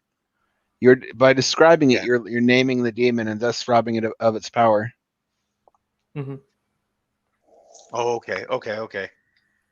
So in a way, the writing is caging it because you're naming it, Takes away the power. Yeah. and then thus they take away the power, and therefore they're powerless. Well, this Yeah, analogy take away only his angry wig. carries on for so far before it falls apart like any other. I still find it like resonates with me at a kind of a basic level though, because if I've got some kind of a bizarre thing I'm working through, I find my coping mechanism is I try to understand it as much as I can, and I try to intellectualize it. And I feel like that's kind of in the same ballpark, not identical, but To structure your thoughts. yeah, and just to sort of try to order how is the best way I can react to this to have an optimal outcome. And I figure I can't really do that unless I understand like the nuts and bolts of exactly what it is that I'm dealing with. And sometimes even if you're not really going to understand it, if you at least have like a term that encompasses the region that you don't understand, it might not even be actually helpful, but on a psychological level, it gives you a handle so that you feel like you know what it is. Like, Well, more to keep you this know, conversation the more from comfortable you are. getting as quiet as it just did for a second there. Come on, y'all. You're welcome. Hey man, I was thinking, dude. It wasn't uncomfortable. We were yet. all thinking. We're No all dead like, air. "Ooh, Somebody start rapping. Let's Go, go. go, go. Oh no. Nah, just kidding. Alex hasn't been on I our was stream gonna do it. before. I was gonna lay, just realized. I was gonna lay some lyrics down for everybody, but then I was like, nah, better not. It's Oh. not. Liz about me, is right? showing world's me not from ready. across the room. The campaign is already over halfway to goal. What? Yeah, Holy moly. Crunchy actually I wasn't reported expecting that. that everything had hit Yes! about 77%. 77%. left. To the That first is goal. yeah. great. In light Hey, I of just want to that, thank everybody out there. I want to Yeah. thank everyone too. I really hope we get to the hardcovers because that'll make Me too. it'll be a really nice thing to own. Yeah. Oh yeah, yeah. I Yeah, really well- like your design, David. David, you did the design of the hardcover, right? Like the all- illustration and David. the cover layout and Yeah. stuff. Yeah. Knocked it out of the park. Oh, thank you. Yeah. Well, you had a lot of I should description credit- for that. I should credit Chris Cooksey, who's the artist who makes the floating dioramas that was based on. I do take from a bunch of different eclectic sources of inspiration, and that structure in the story was based on a Chris Cooksey piece. Oh, cool. Kuksi. Does he do music videos? Chris stuff? K. Like special- If you, I don't think so. Well, he might have. I don't know. But if you just Google image search Chris Kuksi, it'll bring up all of his. He does these really hyper detailed little pieces that he puts together out of trash, out of just random little bits and pieces, and then he paints it all to appear like it's marble or some other contiguous material. Oh, cool. Yeah, he's a big inspiration for me. Ryo Toyonaga is also another big inspiration to me. There's a lot of artists whose work is really conducive to a horror setting if you are in the right headspace when you look at their stuff. Yeah. Oh man, I'm Like everybody knows about H.R. Giger. Everybody knows about Zdislav Beksinski. Not everybody knows about Chris Cooksey or Ryo Toyonaga. But I have seen this work before. This like hyper intricate like little diorama things, but I never knew like it was the same guy doing them all. Yeah, it gets around. cool. I definitely spelled that wrong. That's one of the things that is just fun to me about your book is aside from the fact that I love the surface level content, it's like there's all these like hidden gateways into more cool stuff that you don't expect to, but occasionally you'll just like fall through it. And Chris Cooksey is definitely one for me. I'm going to be looking at that stuff more later. It's awesome. Glad to hear it. He deserves the recognition. Yeah. Game recognizes game. Say that Well, Recognize real. let me do this. We're going to segue over real quick. So, one of the new things that we're going to be doing on this stream is something that we haven't ever done before. And I'm pretty excited about this. I think this is cool. You guys have seen the little Hot banner tub going stream? across the bottom of the stream. Yeah, everybody get in the hot tub. stream. Wait, We can- what? we can do We're doing that. a hot tub? Let's go. It's a trend right now. Get ready, everyone. It's about Wait, to get We're not doing get hot real tub. You guys heavy were in here. lying to me. You guys were lying to me. So as you guys can What are we see, doing, Fry? Vivid and their team have actually agreed to allow anyone interested to borrow a digital copy of the book for 24 hours for your reading What? leisure. Get the flunk out I of think it- town. Absolutely awesome. In order to do this, you will have to go over and sign up for Crypto Comics. That's going to give you access to be able to do this. There's a link inside of the chat right now. If you don't mind, real quick, Matt, will you click on It's also Vivid there? scrolling Whoops. across the bottom of the screen. Yep, also scrolling across the bottom of the screen, and you're going to see a little button there right in the middle where Matt's screen says 96 invitations remaining. On your screen, you're going to see a little button. You can just click on that button, sign up for Crypto Comics, and follow along to find the book. You're going to see Alex's new book inside of there, and this is the book in its entirety. You guys will So have I got 24 hours to read the book. How many pages is the book? 5. 250 5 pages? pages, Oh, no. I believe. Done. 1,000. I got it, guys. Wait, what? 5,000? Okay, first Wait. off, the preview Have is some energy 14 drinks. pages. Oh, look at this. You can do it. I don't need them. Just power through it. So yeah, as you can see, Matt's actually going through right now and borrowing this on his screen. So Cool. I'll be soon right as you back. click OK, you have okay. You thank you. guys are the coolest. As soon as you click OK, you will have 24 hours to read as much as you can. We're hopeful that this will get you guys a little more amped, a little more excited for this book. There's already 4 people that have favorited it, so Hey, clearly some people are into this. Uh-oh. Some adult Hey, content. quick, hurry. Close that. No. Matt, what are you showing us? Matt was not prepared. That's okay. That was Matt, right? Keep in mind that See, if you I have guys, my show content Busted. to know right now. Busted. keep in mind that It if was you guys have a probably- difficult time finding the book, it may be because your adult content filter is turned on. So if you Yes. make sure you go to your dashboard and click on yes on show adult content. Now, why is this listed as adult? Because it's got some Great things that are question. questionable for kids, and so scary. It's too scary for kids. yeah, our system Educational. leans that way. So Yeah. you're going to If see you're it easily spooked. easily spooked. That's right. And Three this is the spook- full book. So three thank you spook guys me. so much for doing this. And this is something new for Crypto Comics, a new feature we're trying to push forward, see how this works out. Hopefully what this does is it gives an opportunity to, anyone who can't financially support the book to still be able to enjoy it. And I mean, honestly, guys, I think this book is good enough that after you give it a shot, give it a read, you're going to definitely want a physical copy of it. But what we really hope is that this will help, I guess, kind of incentivize everyone to share out this Indiegogo campaign, to let your friends know about it. Everybody's got a friend that's into horror. Everybody knows that one person that has gold skulls all over the room, whose wife might questionably have ideas about their home right. decor. Oh, sorry, David. Not trying to. You better. So yeah, I mean, share this book out, let them know about it, and this gives everybody an opportunity to kind of check it out. We really believe that this book is going to do exceptionally well, and at the same time, Well, because that's what we like you to do. Would there be any doubt? I mean, listen to Alex. He sounds super awesome. He Right. says things eloquently. He knows super big words that I have no clue what they are. Like his writing is only going, can only reflect those great attributes. So take a chance, check him out. This is a real indie creator right now doing something incredible. Well said. So please show you care by giving a share and get Yeah. it out there for the world. Yeah, H.P. Lovecraft died penniless. Don't let that happen to me. Please don't. We will not, Alex. What I Now- want you guys to buy the book because you are going to love it, but I also want you to buy the book because I want to have Alex able to write more books.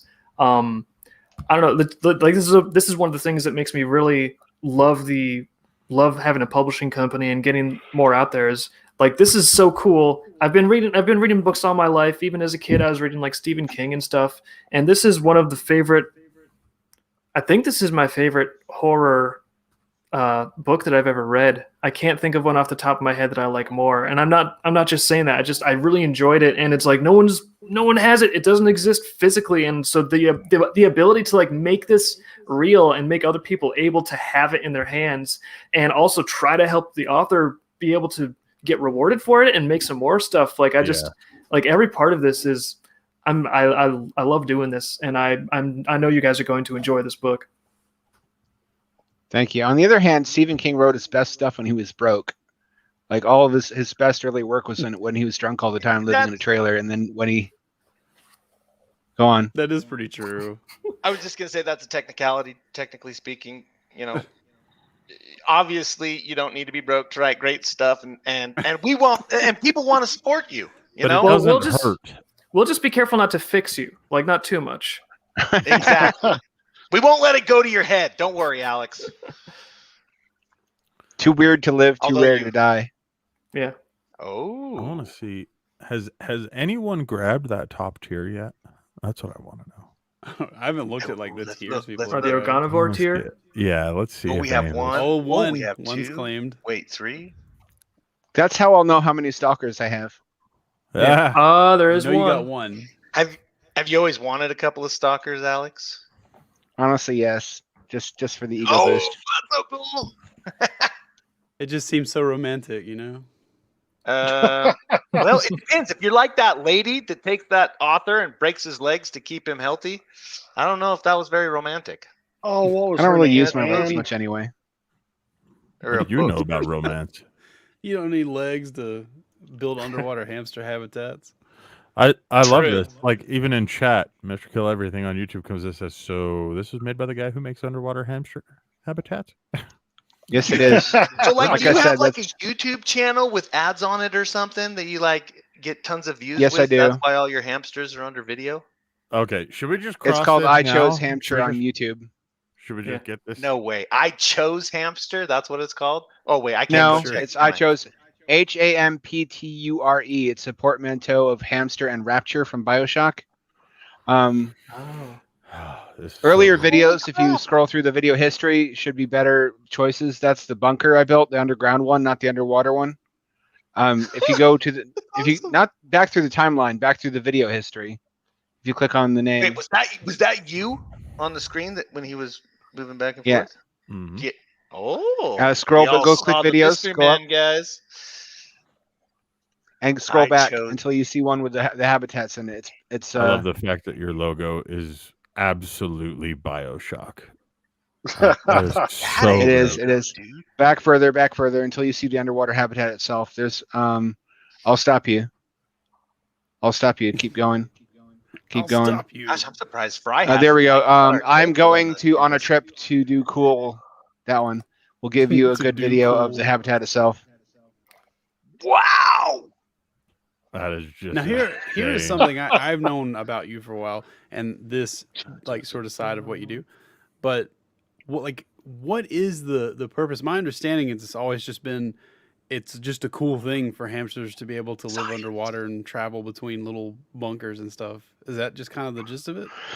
Well, I got fascinated by underwater habitats after exhausting all of the information available about manned space stuff by the time I was 12. And it's very slow moving progress in space because of how expensive it is. So I started looking for something else to gorge on information wise that was similar. And I started to ask myself, I've seen underwater like cities and underwater bases in fiction. Surely that's easier to do than space stuff. Somebody must have done that in real life. And that was a rabbit hole that I've been disappearing down for years, basically to the present day. I discovered that there have been about 70 manned underwater stations between 1965 and the present, most of them between the years of 1965 and the 1980s, of which only one remains in the present day. That's the Aquarius Reef Base. It's used, among other things, by NASA to train astronauts using underwater environment as a low-gravity space analog. But all the interesting... What happened to Sea Lab 2021? Is that still around? That was a real program. It was called Sea Lab. There were really two Sea Lab habitats. Sea Lab 3 was just the second habitat with extra parts attached to it. That ended when Aquanaut Barry Cannon died because some member of the crew, they believe, sabotaged his rebreather. But there were there were in fact Navy underwater bases. Officially, the program came to an end. I'd be very surprised if it actually ended with Sea Lab 3. They would just probably stop telling us about it. Now, my kind of personal theory, after I read the horror books, originally I was like, oh, he does cool underwater hamster stuff. And then after I read the anthology, I was like, the reason he has those underwater habitats is because he understands our world is so horrific. He's looking for some way to get away from it, and underwater is the closest he could get. Nah, dude. No. Is that accurate at all? Like, do you think there's any? I do intend to build my own underwater habitat someday, and everything I've done is part of raising money for that. I probably realistically make it a live video feed and then chart, and that's how you pay for all the stuff. That's the plan. Alex, if you need a grown man to be the first human being to get blackout drunk on whiskey underwater inside of a habitat, I don't know if that's a good idea, right? Hey, can I show you guys something real quick? Oh yeah. As long as it's depends on what it is. Fully funded. Oh wow, nice. Holy Congratulations, moly. Alex. Good job, Alex. Yeah. What is that? Vivid? 45 minutes, less Congratulations. than an hour, fully funded. We're absolutely, before this campaign's over, I know we're hitting hardcovers. It's going to be epic. I'm shocked. Thank you. Yeah. Thank you to the first Had line no idea. backers. Hold on real quick here. Dreamkeeper's comic, who is also on screen and somehow typing at the same time. So I'm assuming maybe this is Liz? I think that's the wife in action, yes. It says, what are the hamsters' names? Well, the project has been going on for a decade, so there's been three or four sets of hamsters. I've kind of lost track. The first one, the very first pioneer, who was submerged for 5 hours in a lake in the prototype habitat, was Mega Fucker Supreme, because I thought that'd be a funny name for a hamster. Yeah. Then there was George and Scott at one point, named after George F. Bond and Scott Carpenter, which were two early aquanauts and pioneers in aquanautics. Then there was there are three of them. I forget the name. I feel like I shouldn't forget the names. I know that the current ones are Lewis and Clark, because I feel like those are appropriate names for explorers. That is the most adorable hamster name duo I could ever even imagine.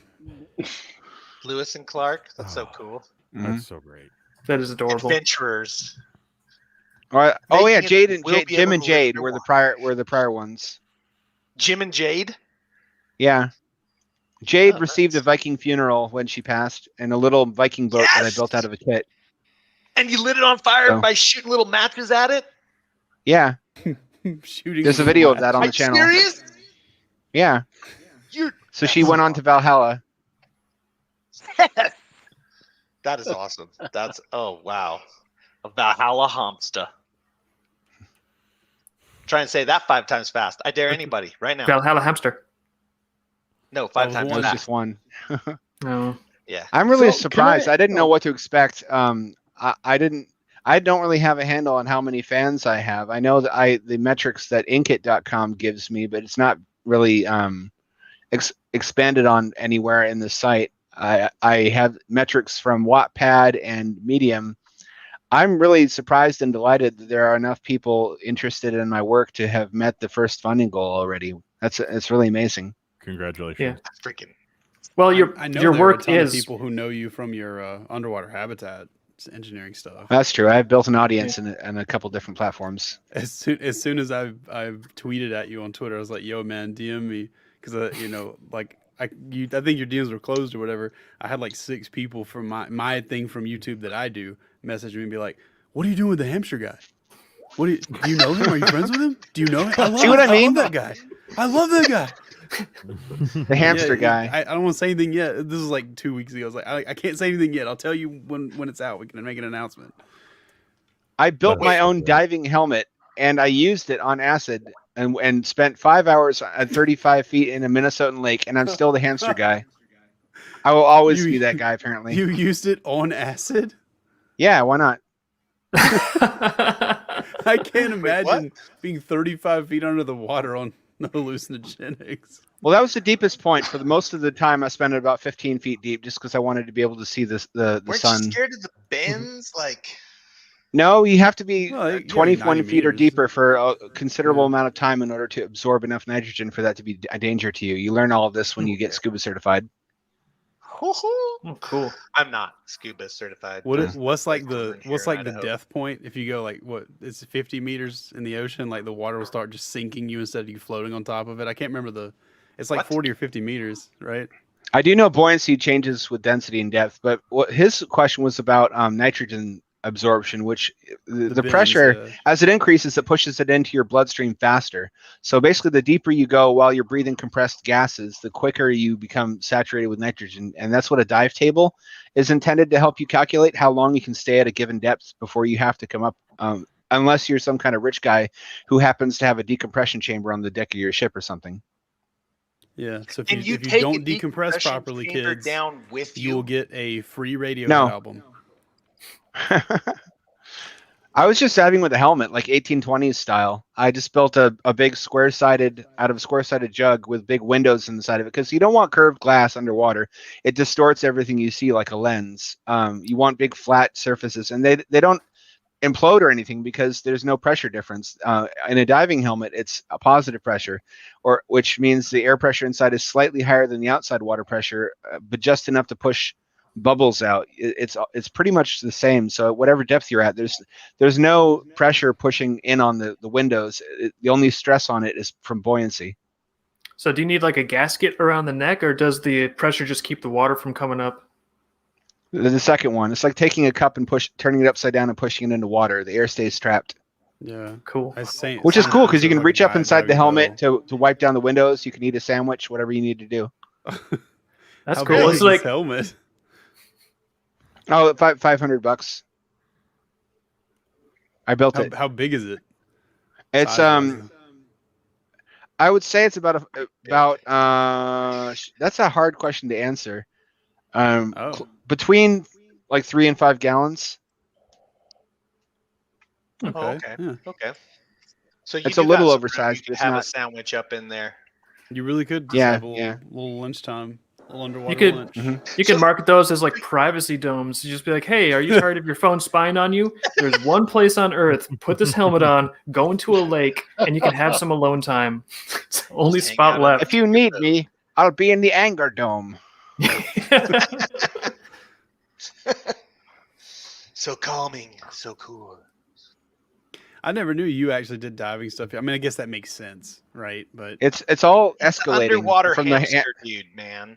the microhabitats were just step one and applying what I learned that I was going to use on the helmet and demonstrating it and getting ideas from it for how to eventually build the full-sized human scale one, which is not going to be very big. Don't get unreasonable expectations because it's I expensive. have a question, Alex. Go ahead. So what does the cost look like to build like a one that you would be able to get into, like a full size underwater habitat? What's the Around $1 million. really?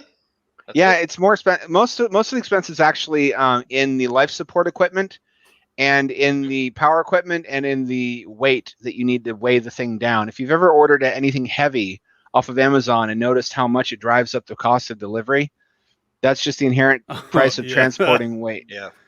Yep. I don't. Okay. You couldn't just like order concrete mix and just make a big concrete slab. You still have to transport it. Yeah. Yeah, My Unless- idea ahead. is to basically use seafloor sand from where I'm going to sink the thing and use a dredge pump to transport it from the bottom into the ballast tray instead of buying weight and then transporting it overland to the coast where I'm going to sink this thing. That makes a lot of sense. Excellent. It means you need a much larger ballast tray though, because sand is not as dense as say lead. This is how Yeah. we're gonna get free energy, guys. He's gonna go down there and he's gonna say hi to the aliens, and they're Jared, bringing us the Jared, free energy technology. That boy. wasn't an Oh, open boy. door policy. Yeah, So this is gonna be fantastic. Underwater hamsters was only the beginning.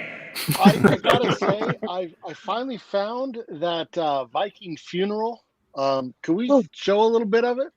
Sure. Are we I would going like to to- watch a hamster's I funeral? want to pay my tributes to the Oh, Valhalla no. hamster. Oh, this is Yeah, I gonna be- loaded Yeah. up with toilet paper and I soaked it with accelerant fluid so that it would really burn. This looks awesome. Look There's at even the detail, guys. Oh, There's Share like- if you care. That is Share really if cool. you care. there's adorable little hamster shields on it. Oh wow, that's a much bigger pond than I was thinking at first. Oh, I don't she's think on fire. somebody probably has asked you this, but I don't think I've ever heard anybody ask you this. Did you like Hamtaro and stuff when you were younger? Yeah, Hamtaro is a good watch. I guess I was just more interested in stuff like Rescue Rangers and Secret of Nim, which had the recurring theme of Oh. little scale model miniature technology for mice or other yeah, rodents. that is. I guess you're right. Me and Dave have matching Rescue Rangers shirts. No. Okay, now it's Yeah. out. Yeah, we wore them together when we watched Rescue Rangers in the mountains. That was on the condition of secrecy, Hazen. No, It's strange how big that genre is. There were actually a lot of different properties that basically amounted to mice, intelligent mice, or like Redwall having their Yeah. own little scaled down mini civilization and technology, or like Roald Dahl's The Witches. Like in the Yeah. end, he has that little Lego city for himself. Yeah, I always thought that was cooler than what was it like with the little people? not like Thumbelina. The The borrowers. Yeah, the borrowers. I was like, the borrowers. The Why can't I Barriers. just have cute mouse characters? It's funny you should say that because one of my other novels does in fact involve tiny little humans. Oh, cool. So you just said that was lame, but No, that. Well, I that's mean, in a true horror. cartoon, I want to see a cartoon animal. that's Something about that's- like like a cartoon animal, like chipmunks or something, having their little technology thing. That's cute, right? That's a fun funny, idea. That's a fun watch. But like Yeah. when it's little people, that is horrifying to me. I don't. Something about that really just like You don't is like little off-putting people? to me. well, it is kind of a horror unsettling. novel. Oh, Jared, don't say that. I'll have to publish What? that through you guys at some point. I'm not gonna ask what he Yeah, said. I'm hoping because the institute met goal. I'm hoping that we can just make this like an every October thing. Like I don't want to be committing you to anything on the air or something, but just in my head it'd be like, what if we like launched one of these books October, spooky? I don't know, but I should Nothing would I should delight be me focusing more. on yeah It yeah was because a you lot. Well, I mean, we don't really have any other horror stuff with the company right now, so I'll be your horror guy. all right. Yeah. I'd like that. Could we actually go through these chapters to get a kind of idea what's in them? By all means, I can give a summary of each of the stories based on title. Okay. Oh yes. So Upon the Shadow of yeah. Nothing is based upon sort of a relatable experience of having a late night drive with your buddy, but he's taking you somewhere. At first, you think he's just trying to spook you. It's like urban exploration. There's a long dialogue he has about the fertility of post-World War I Germany and Europe in general for spiritualism and concepts of the supernatural and the pataphysical. He sort of sets up what his friend is going to experience, but he's brought his friend along specifically because he knows that his buddy doesn't believe and stubbornly doesn't believe in the supernatural, and that this is a weapon. This has the power to cause supernatural malicious entities to not exist because of their reliance on our belief in order to harm us. So he basically puts his friend into harm's way, trusting that his disbelief is stubborn enough that he'll be able to destroy one of these things experimentally, and that if that works, he can continue to do it. Yeah, like actually, I had a question about that first story because I probably can't recount it that great, but just the way you build up almost like the structure of the universe, how there's like a holographic substrate and these things like crawl into it so they can escape the cyclical heat death of the universe. I know there's a lot of like physics explanations where they're like, oh, our universe actually has like 6 dimensions or 12 dimensions or a multiverse. And I heard of one that said that it was like one person was saying that our universe might be one-dimensional and it's literally just like a single dimensional signal, and then the whole thing is a holographic projection. And did that like inform your thinking at all when you were? It did. Ultimately, at the bottom of it all, it is bullshit, but I like to disguise the bullshit as much as I can and go the extra mile compared to other writers that I've enjoyed in the past in making it sound like halfway believable. Cool. That's awesome. The If That Looking Glass Should Break is inspired by movies such as They Live and stories such as Stephen King's, I think it's 10 minutes to, or like 10 a.m. or something, where he, at a certain time of day, he's able to see that there are inhuman creatures wearing some kind of disguise among us. It is set in a, the setting is basically the life of a journalist, if I remember correctly, he covers life extension, or he studies life extension, and he discovers through this eccentric acquaintance, this fellow who's tenured and lives on the university campus, but they're embarrassed of him because he is into all this paranormal stuff, so they hide him away, and that human aging is not normal. That living things don't naturally age. It's a disease, and that it's inflicted by, and has been since the dawn of time, basically, by a species of invisible parasite that suck the life energy out of us, and that they're visible only if you have the correct lens.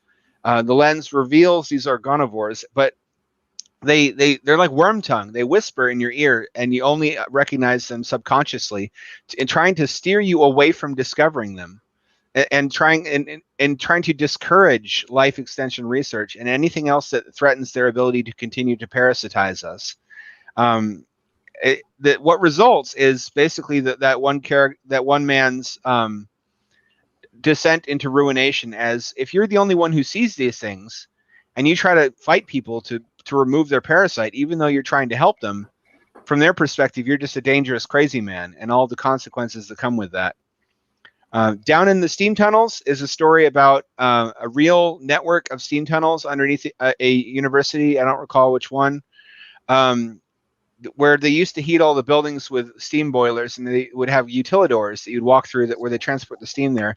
But it was another case of a disgraced professor, not because he studied the paranormal, but this time because he was a holdout, a eugenicist who remained committed to eugenics after World War II, after everybody else, because of the Holocaust and other atrocities, sort of backed away from eugenics and reconsidered the morality of the whole endeavor. He stuck with it, really believing in it. So they got rid of him as much as they could, because again, he was tenured. They hid him away, and he became bitter and started abducting homeless kids in order to perform experiments on them, and with the goal of restoring brain function. He believed that average intelligence was trending downwards, and that he could use orgone. He had discovered orgone accidentally through a reference to a real world, I think it was Princeton or Harvard, that at one point, for eugenic purposes, collected nude photographs of every incoming student in order to compare their posture, their cranial morphology, their like bone structure and things like that.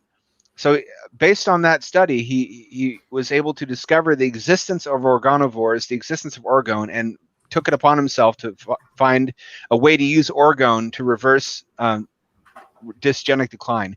Mansionarium is set in the world of dreams. It has the premise that when we dream, we all have our own little private dream area, but it connects through sort of a portal system to a common dream that everybody's dreams connects to, called the manifold. And a young man meets a dazzlingly lovely young woman who he initially believes is just a figment of his imagination, just a dream character. But she persistently urges him to help her, that she's in danger, that she's in a coma in the real world, and that she's being kept in a coma in order to experiment on her and collect insurance money by a corrupt doctor. And he's the only one, actually not the only one, but he's one of only a few she's been able to contact, and everybody so far has failed to find her in the real world and rescue her. So compelled by the possibility that this is real, he undertakes the methodical charting exploration of his dreams with the aid of a dream control remote, which is a piece of technology developed by the Institute, the titular organization, which is sort of a old-timey sort of quasi-Victorian version of the SCP organization / Rick and Morty. I started writing this a long time ago, before a lot of this other stuff came out. So, but a lot of it is that there's parallels, and this remote control lets you control the passage of time. It lets you ungarble text so it's readable, and do a lot of other things, change things so that dreams are more navigable.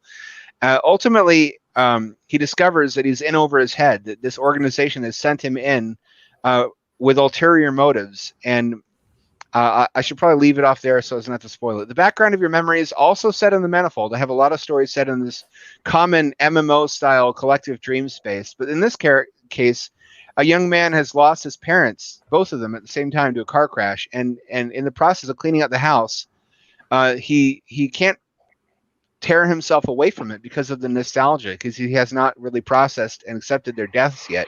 So he lives full time in the shed next to the house where all the old family movies are stored, and they've become sort of an unhealthy coping system, like an addiction, where he just spends all of his time huddled over, covered with a blanket, watching these old home movies on VHS, until he notices there's stuff in the movies that wasn't there before.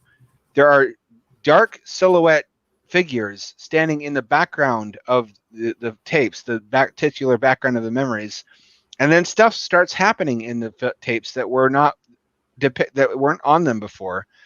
So this sets him up to go basically try to solve this mystery. And in the process, he is referred to a dream specialist who uses a device to induce lucid dreaming and to communicate with him from outside of the dream. And that's where he begins to explore this dark world, which is sort of a liminal space between life and death, in search of his deceased parents. He believes that if this really is a sort of purgatory realm, he should be able to find them somewhere. The Last Dance is a story about behaviorology, principally. It's based on B.F. Skinner's experiments with pigeons. This guy has a very educated girlfriend who he likes to try to impress by learning things about her field of study. So he's dredging up things, trying to get educated on this topic, when he notices something nobody else noticed in footage of B.F. Skinner's pigeons. One of them disappears. After a certain timestamp, it just abruptly vanishes. And he begins investigating why. Like the Skinner boxes were designed to basically reward them initially in response to pressing a lever. They'd receive food, but then it was disconnected and the food would be dispensed randomly, and the pigeons would associate whatever action they're performing at the time with the reward, and they would begin to perform with that action plus the last one. And in this way, they built up a series of actions like a rain dance that they superstitiously believed were causing the rewards to be dispensed. So he comes to realize, again, by being referred to the Institute on campus, that this is a dance that anybody can do. And what makes it significant is that it's so unlikely. It is such a arbitrary, unlikely sequence of events that it doesn't happen by chance. And that if you and another version of you in an alternate Earth basically do the same dance, that it pulls those dimensions together at that point and exchanges you with your alternate version of you. And this is how he begins his exploration of a bunch of alternate Earths, basically, which is my pretext for doing. It's like a bunch of interesting alternate dimension stories. I couldn't figure out a way to tie them together. It's like a clip show. I had to come up with a pretext for why he starts exploring all these other different worlds. I've got 2 stories like that, which is the other one is The Road Less Traveled, which is also included in this anthology. It's like a mini anthology within an anthology, basically. There Is Light Below is also an institute. They're all institute stories. What am I saying? That's the purpose of this book. It's the reports from the Institute. Yeah. The Institute has an offshoot organization that has gone rogue. Basically, they spent billions of dollars constructing a undersea research facility in the 1970s, which was sort of the heyday of underwater habitat construction, and everybody thought it was the future, and that's when it was being invested in big time. But they stopped answering their calls. They declared themselves independent and shot down anybody trying to get close to the structure. So the Institute now wants to bring a outsider in to explore the place, and it has to be a negator, a skeptic, again, because they don't know if the reason why for the radio silence is that these projections have infested the place. So they need it to be somebody who stubbornly doesn't believe in the supernatural, just in case. So they send him down to explore this place, and it's derelict. It's completely empty, but it's all like frozen in time, like a time capsule. All the decor is 1970s. They've got all these books about like chakras and psychic energy and things like that. They were popular topics at the time. And it's like, imagine BioShock, but instead of being based on objectivism, it's all based on 1970s spiritualist hippie claptrap. And the mystery he's trying to solve is, where did these people go? And ultimately, why the Institute really brought him down there. And that's the most I can say without spoiling it. Yeah, we don't allow spoilers here, but we do give Tootsie Rolls to Pardon Matt me. every time he hits a switch. Oh, cat, goddammit, move. We've got a couple of comments I need to get caught up on in chat here. We apologize to everybody that it's taken so long for us to get through chat. Keep in mind that during book launches, we make sure we're focused on the author and on the book. But we will make sure we get to any relevant questions, any comments, things like that we can. Sandwich comes in on Twitch saying, I hope Dave explains to us why he lives in the Temple of Bones. I saw Goonies one too many times. Oh, I love that movie. Me too. That was actually filmed in my home state. It was in Astoria. What? Oh, cool. Nice. They do tours of the house. Sweetie Squad came in a little bit earlier and said, I'll stalk you, Ham Dad, when you're talking Oh, about yeah, that. thank So, you. great. Shout out to my fan base. I have the most dedicated fans in the world. I cherish them, and I couldn't have gotten anywhere without them. That's very cool. Crutchy comes in on YouTube saying congrats on being fully funded. Illusion says congrats. Let's see here. I'm not sure how to pronounce this username, but this user on Twitch saying that they would pay to be inside of the underwater. Oh, Udi Hugif, I know her. Oh, nice. Oh, cool. What's up? Let's see. We got Lindsay on YouTube saying congratulations on fully funding. That is quite a thing, man. That's awesome. That's fantastic. Dominic says, so far I really like this book. I just need to make sure I have a dictionary on standby. Good. I'm sorry. I don't know how to write any other way. It's a function of the books that I was trained on. It's okay, man. We got Google. Okay. Illusion says, I found your YouTube channel. Someone just earned another sub. Thank you for choosing the impossible. That's cool. Crutchy says 6 backers contributed to the funding. That's awesome. That is amazing. Really cool. Very generous. Yeah. Very. Illusion comes in and says, is there a badge code for tonight's stream? Oh, what do you think, Matt? You know what, guys? I was thinking of making an executive decision that if Yeah, we're they going to give a ask badge for away. okay, never mind.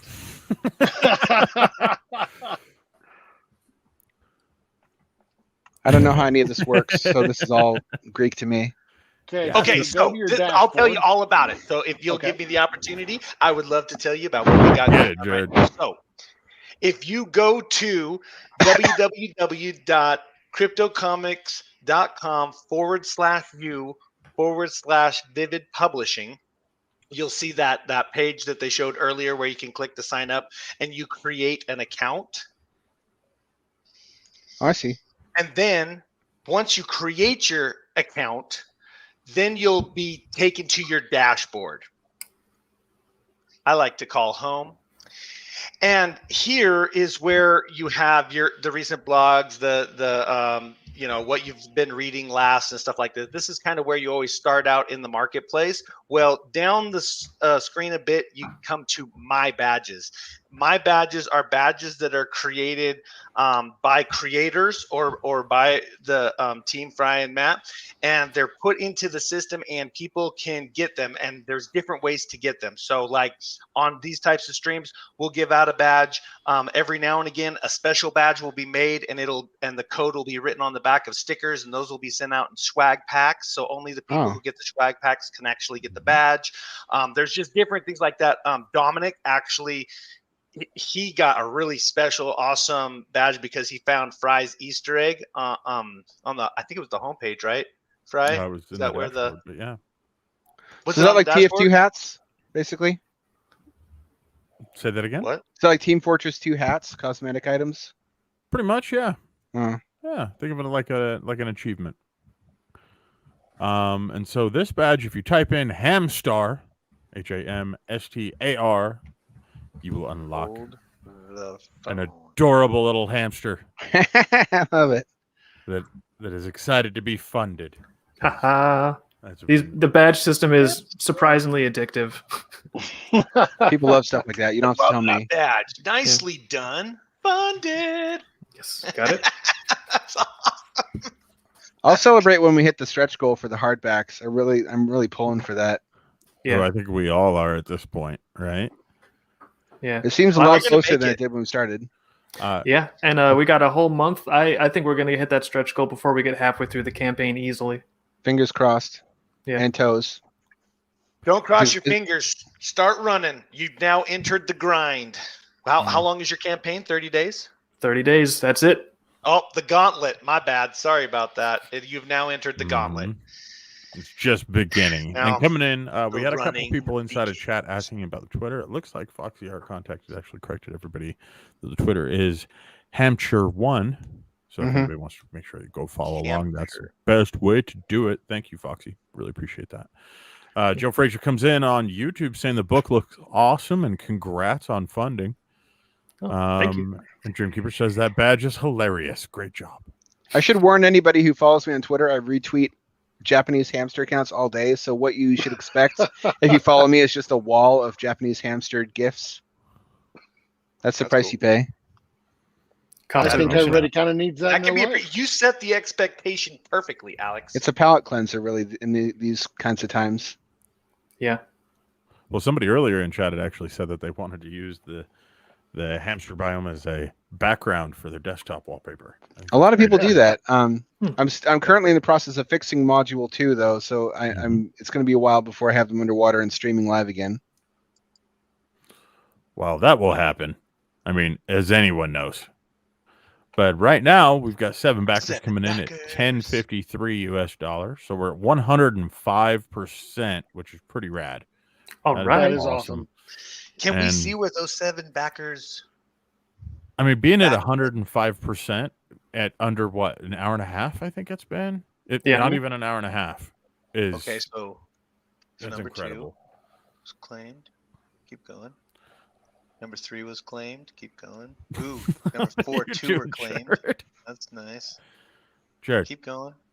what are you doing, man? Nothing, man. Don't Are worry. you handling their Oh, logistics? 1 now? out of 20, y'all. 1 out of 20 has already been claimed. I'll bet you. Ooh. I don't know why Jared has me go through stuff like that on occasion, but Sorry. Oh, I wasn't supposed to do that? Too bad! It's interesting to see the data. Honestly, I do the same thing whenever they let me look at the detailed metric breakdown. Right? Yeah, You start to see things. I know feel ya. things, like with the anticipate. lens. Yeah. Hell yeah! Yeah. That's what I'm talking about. Get your lens today, everybody. Well, Share this out I need to and say one support an thing. indie creator. What? Come on, chat. I expected a lot of questions to come in. This is an anthology. Like, I really did. So we need to see some more questions coming in from chat, just to be clear. We do have some of our own prepped, of course. Why? Because we've got Lindsay on our team, and Lindsay is amazing at She's making awesome, sure that we don't Alex. screw up She's- with this kind of stuff. Trust me, she makes us all look smart. I mean, sound smart. So one of the questions on there was, regarding, who had designed everything as far as the objects that go along with the books. And David, you kind of touched base on that, but can you guys talk about the significance of each one into the book? Yeah, I can talk a little bit about the stuff in there. Like again, the first one is that the Abraxas pin. It's going to be the solid 3D metal stamped pin, and that's derived from the story The Last Dance, and that's the one that Alex was talking about, where there's sort of like a dimension shifting theme, and the Abraxas stone in the story comes into play where when you go off on this adventure, you need something that is very specifically forged from your home dimension, so that it creates a bond. It ties you to that, so that you can basically, it's like a return home button. And if you don't have that, then you're just rolling the dice every time you do this dance to like shift between dimensions. And if there's infinite dimensions in this multiverse, have fun. So that's where that idea came from, is we were like, well, what if we took this thing from the story and we made it into like a cool little 3D, like a metal pin that you can wear around on you. And then if, I'm not saying that this is a real phenomenon that actually happens. If it was, though, and it didn't bring you back home, there'd be no way you could find me to ask for a return. So that's where that idea came from. The lenses are cool. This makes me, I've never considered getting laser surgery before, but I can't really do this on top of my glasses very good. So now I'm thinking about it. But the lenses are from that second story, If That Looking Glass Should Break, and they're organometric optical detectors in that story. Again, just to clarify, folks, we are dealing with fictional items, in case anyone thought this was completely real. But Or are now these- we? I'm just saying, David, there's only one way to find out. Well, now, last time I checked, we're in the month of Halloween, and this stuff can come very real the closer you get. Well, I guess there's only one way to find out. Get your organometric optical detector, and if you dare, go ahead and look at yourself in the mirror and see if you have a little invisible passenger that's been slowly sucking your life force away as you get another gray hair, another wrinkle over the years. So, I have a question. This is prompting in my head. So, Hey, Hazen, I think you're muted, by the way. But go ahead, Jared. Does the lens give you the capability? Sorry, Hazen, if I've been talking over you. Does the lens give you the capability to defend yourself from these soul sucking things? You can just Or- grab them if once you know they're there. Oh. They don't expect it. Oh, Yeah. oh, that's creepy. But then they So fight you and they it's try like to get grabbing a back onto you when you're cockroach? sleeping. Wouldn't be very Yeah. easy. Yeah, that's the creepy thing, is like you can Like the lens just makes so that you can see it, and once you can see it, yeah, you can just grab it. You could have always grabbed it, but since it exerts that subconscious influence on you, it's like, would you just like grab at your shoulder right now for no reason? Of course not. No. So they can kind of have this influence to make themselves invisible, Hey. just like a mosquito is going to inject a little bit of local anesthetic before it starts feeding on you. It's like the same thing, but at a psychological level. Oh, that's good. I wish I used that. No, so- Yeah, you damn maybe- fucking. if you ever Push my have a like a sequel story, maybe if you bring the organivores back, but yeah. So these lenses are invaluable pataphysical devices in the story. It's pretty much the only way you can see this whole paranormal landscape of horrors. It reminds me a little bit of that episode of Invader Zim when he gets like the germ detectors and then he puts those on and he starts. Oh yeah. It's sort of the same thing. But so that's where these items in the campaign came from. Is I thought that would be so cool if it's like, because that was such a crucial item in that story. It's like, what if people could get their own? Like that'd be fun. So that's what the organometric optical detector is for. We call it lens because That's what you went with, because my stories involve a lot of interesting little artifacts and knickknacks that could have been turned into. Yeah. But I don't know. I just like especially the organivore, like because it took us a while. We had to go through some business stuff to get this thing edited and polished up for release. But the thing that really stuck with me over the long haul, whenever I thought about this anthology, I would always remember those little parasites that are the actual reason you age. Like that, the concept is just so sticky. So these lenses were something I absolutely wanted to include in the campaign. So there's the Abraxas pins, the organometric optical detectors, and then the other thing is, like I said, the Organivore 3D figurine, which is going to also be a stylus holder. So not only is it like a cool, creepy little, everyone probably wants more skulls than they have, I'm just assuming, but it also is a stylus holder. So More skulls are better, definitely, is the general rule. yeah, I think so. You need to get a one to put over your mic so your mic looks like a skull. Is that a mic? Yeah. Oh yeah, a little skeleton. Yeah, Maybe I could do one of On these. the other side. Oh. There we go. I'd go so And far he as to has say one. everybody should have at least one. Yeah. I don't. You sure? Nope. Your head should be a Yeah. lot floppier Sorry. than it is then. Well, I can give you a tour on purchasing skulls. If you want to get a really cool skull that looks super realistic, they have like these medical replica skulls like on Amazon and stuff, and they're pretty reasonable, like $25, and they're a lot cooler than the ones you find at like Halloween stores. Way more detail. It's definitely plastic. I have not killed anyone, and that's where you get them. Have you seen the $600 actual steel Terminator T-800 skull that has the battery-powered illuminated red eyes and also a motorized slide-out chip? Like No. remember that deleted scene where they removed his microchip for switching on the learning Yeah. mode? It actually Yeah. has that as a working feature of the little. It's like a bust. Oh, that's cool. I was so I- tempted. I was so tempted to spend my money irresponsibly when I saw that. You should have done it, Alex. Like, did you bring home the groceries? No, but I got something even better. Look at his skull. Who needs groceries? Look at it. Yeah. Listen, I've heard fasting can be healthy, and to help us, I brought this instead of groceries. This reminder of our mortality. Yeah, Hazen. Where's the Terminator music on that one? I can't buddy? play that while we're on Twitch and YouTube, dude. Oh, Yeah, you're right. right. You're right. Good As man. long as it's See, not that's the- why we have so Hazen. full He's Name and smart. it's just like the background. You can do like 2.9 seconds of it. It's just 3 seconds is the cutoff. Yeah. Yeah. Fine. Don't even try. Sometimes they don't even Don't give you even that. try. But yeah, like I a will. live I stream. I don't know swear. the content ID stuff they do with CD Babies. It's weird. Like there's like 5 rules and there's like 5,000 exceptions. Well, that's like chemistry. It's ironic that you're talking about playing a little sound clip from Terminator, and you're like, no, we can't do that. The AI would come for us. Skynet It would is. knock us off Twitch, dude. Skynet is real. Oh man, on that note, here we go. That's good timing. I gotta ask. So, Alex, how did you get connected with Vivid?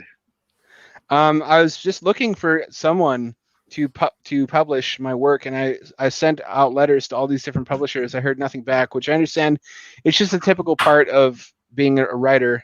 They were the first to respond, and I decided to give them a shot.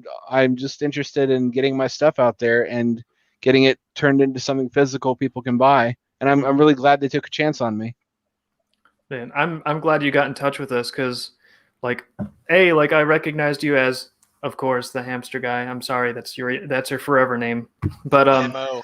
but I was like, Hamster oh yeah, forever. I recognize that guy, and he does a lot of books. That's cool. Let's give it a shot. And then, but as soon as I read it, I was like, oh, I love this book.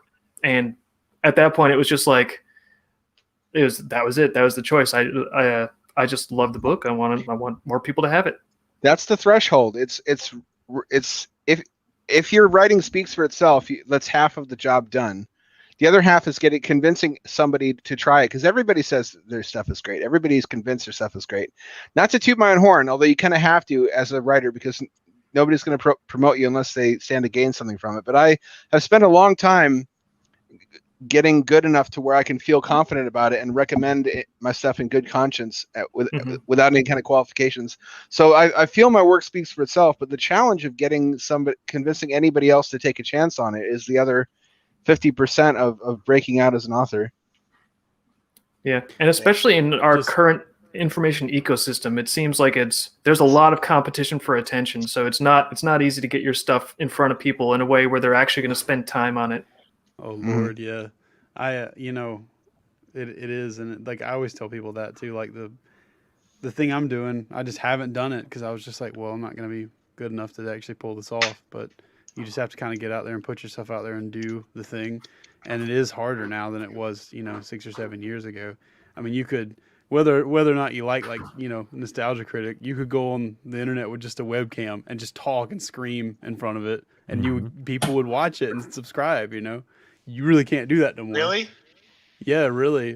Go watch a Nostalgia Critic video from like 2007, 2008. Like that's what all those people were doing. And it's tougher now. And I would say one of the toughest sells on earth, one of the hardest things in the world to move is a book. A book with no illustrations, no pictures, nothing like that. Not like an audiobook, but a book you actually have to sit and read. It's a big gamble. It's a huge gamble, and it's the reason it's so hard to sell is because when you have like a comic book or something, the art is what actually makes people pick it up off the shelf or like dig into it like online. I got like a superhero thing going on in my hair. It needs to stop. But no, it looks good, dude. The art is what draws people in. They see colors, they see line work and like an image, and they go like, "What is this?" And then they look, and then if the story is good, that's what makes them decide whether or not they're going to actually stick around and read more of it or purchase something, or they're going to fall in love with it or not. Most of the time, some people just like the art. But a book doesn't have that advantage. You don't have like a visual thing. So your cover really is the only art you have to draw somebody in. And then within the first page or two, if people even make it that far, you really have to grip people. It's a big time investment. It's a big ask of people. It is. It's a huge ask of people. I don't even, when I started doing my thing, I don't even ask people to read my outline, really. I was afraid to do that. I was like, people don't want to sit and read this, man. Like, I just got to make it and see if people will see if it's good. But with a book, like it's literally just words on a page that you kind of visualize. And this is one of those books that does a great job of painting a picture with words. And it's one of those books that by like the first 2 pages, you really look into it and you're like, okay, this is actually interesting. I'm going to sit and continue to read this. Yeah. That's why, like, sometimes, just people being so online with their phones and social media, like, I feel like it's paradoxical because as difficult as it is to get people to sit down with like a book, something longer format, something offline, as difficult as it is to get people to do that, like, it feels so good to just not be online, not be like scrolling this like constant feed of like people fighting with each other. Yeah. Like, it's weird because it's like, it's hard to get people hooked into a book these days, but it feels so good to just like get into a totally fictional fantasy mental landscape that you can just explore uninterrupted. I feel like it's almost like the antidote to a lot of like the fast-paced social media stuff. So, I mean, that's kind of our job as a publisher, is try to show people, hey, there's something here that is going to it's going to give you a really cool experience that you're going to enjoy.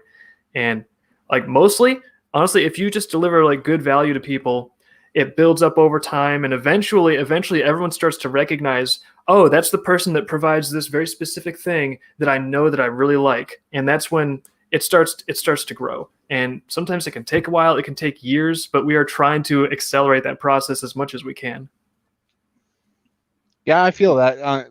A good book is like a little bubble world. If Mhm. you're either an Yeah. introvert or somebody who wants a dose of introversion as sort of a palate cleanser or remedy to the information overload of just constant info saturation today, you can disappear into this little bottle world and completely block everything out, and that can become your reality for a while. Hmm. Oh, it can't. Books can be just like watching a movie. If you got no distraction, like books can be like watching a movie. Yeah, and I feel like it gives you deeper integration too, because you're generating. I mean, I know it's like on the page in the book, but your mind is generating the visuals. You're imagining the characters, so it ties you to what's going on in, I think, a more profound way than just consuming other types of media. It's like VR kind of, but it uses your brain to do the rendering. Yeah. Well, and Yeah, right in a now way- we are at in a way it is like that, but 125%. I'll say one advantage Whew. that a book has over VR is that there's nothing like the smell of freshly printed pages, Ooh. Very good point, Hazen. Very Well, good. and it also doesn't cost Nostalgia $1,000. there, huh, Hazen? Well, I feel that. so what's next on the horizon for you? Are you going to write a horror book about hamsters? Please. Well, it's funny you should say going that. to I actually have already. It's not about hamsters. It's all about the whole project of building little small underwater and I have a balloon habitat and everything. Instead of hamsters, it's homunculi. It's little supernaturally alchemically animated humanoids made out of clay that are entrusted to the care of a young boy by an elderly witch before she dies. She created her own perfect miniature society, wanting to see if she could create a society without any envy, without any violence, and being their benevolent caretaker. And he is very engineering inclined. He's sort of a self-insert. He uses that knowledge to advance their quality of life by building this population of tiny people their own like solar energy setup, their own little LED lights, their own little train, so he can use a model train set in a buried tube to deliver supplies covertly to their settlement. It's sort of like the premise, the promise and the promise that you saw in things like The Borrowers or Arthur and the Littles, but you always wanted to see it go further. Always want to see the logical implications of having a human with human intelligence help out these little creatures, and see how far they could take their civilization. I go many steps further than that in that book. That's not one that we currently offer, but if this takes off and is a success, and I can talk David into publishing more works, that will probably be the next one that I propose. Well, I can just tell you like publicly, it's fine. Like everything I've read of yours, I've enjoyed so thoroughly. I just want more books of it. So It's my pleasure. I was thinking of the horror being the those little places to live in from the hamster's point of view. No, they can't tell they're underwater. They have terrible eyesight. It's Are just you the sure same as about that? they can see like an inch in front of their face. Oh, It's just the same. Really? In nature, they live in they're crepuscular burrowers. They live underground most of the time Right. in a chamber of a couple different chambers and tunnels. It's not that different from how they live normally. They don't live full time underwater. That would be so they have unreasonable no and cruel. concept that they're underwater at all. Are we I don't still believe talking they about do. hamsters or me? They spend about half their time above water in a regular cage that's much larger, that has a lot more space and a lot more enrichment items. Because Right. hamsters can't spend all their time in something that's not sufficiently spacious. It's really more like a vacation home. Ooh, little getaway. Also, their Under underground the bunker sea. is they spend some time in. Under the sea. I don't know if I talked about that. They have a subterranean bunker that I live stream from that has 4 floors, 3 of which are underground, and has LED lighting and has electric heating and has forced air exchange. that's cool. Do they have like in their underground bunker? Do they have like little tiny survival equipment, like little tiny rifles, little tiny ammo crates? I have an artist currently drawing up Fallout inspired artwork for the backdrop, like the wallpaper. Oh my god, you're gonna hit 1 million subs with that. I hope so. That's awesome. That's fantastic. Title your video "Fallout Hamster Bunker," and I guarantee you, or Fallout, but it's hamsters. I guarantee you'll get 1 million views on that video. I'd put money on it. How much money? I don't know. Sure, it's like- It depends on how much I've got at that time, but Invest in let me hamster know coin. when you're about to publish it. Yeah. Oh, jeez. I can't. I think there already is a hamster coin cryptocurrency though. So somebody What? beat me to the punch. Hamster The coin. hamster dance. Yeah, but not coin. underwater hamster crypto coin. Yeah, just make it a hampture coin, and then There it's you go. Hydro ham. Copyright protected. yeah. Hydro ham. HHC I like hydro ham coin. The ham from under the sea.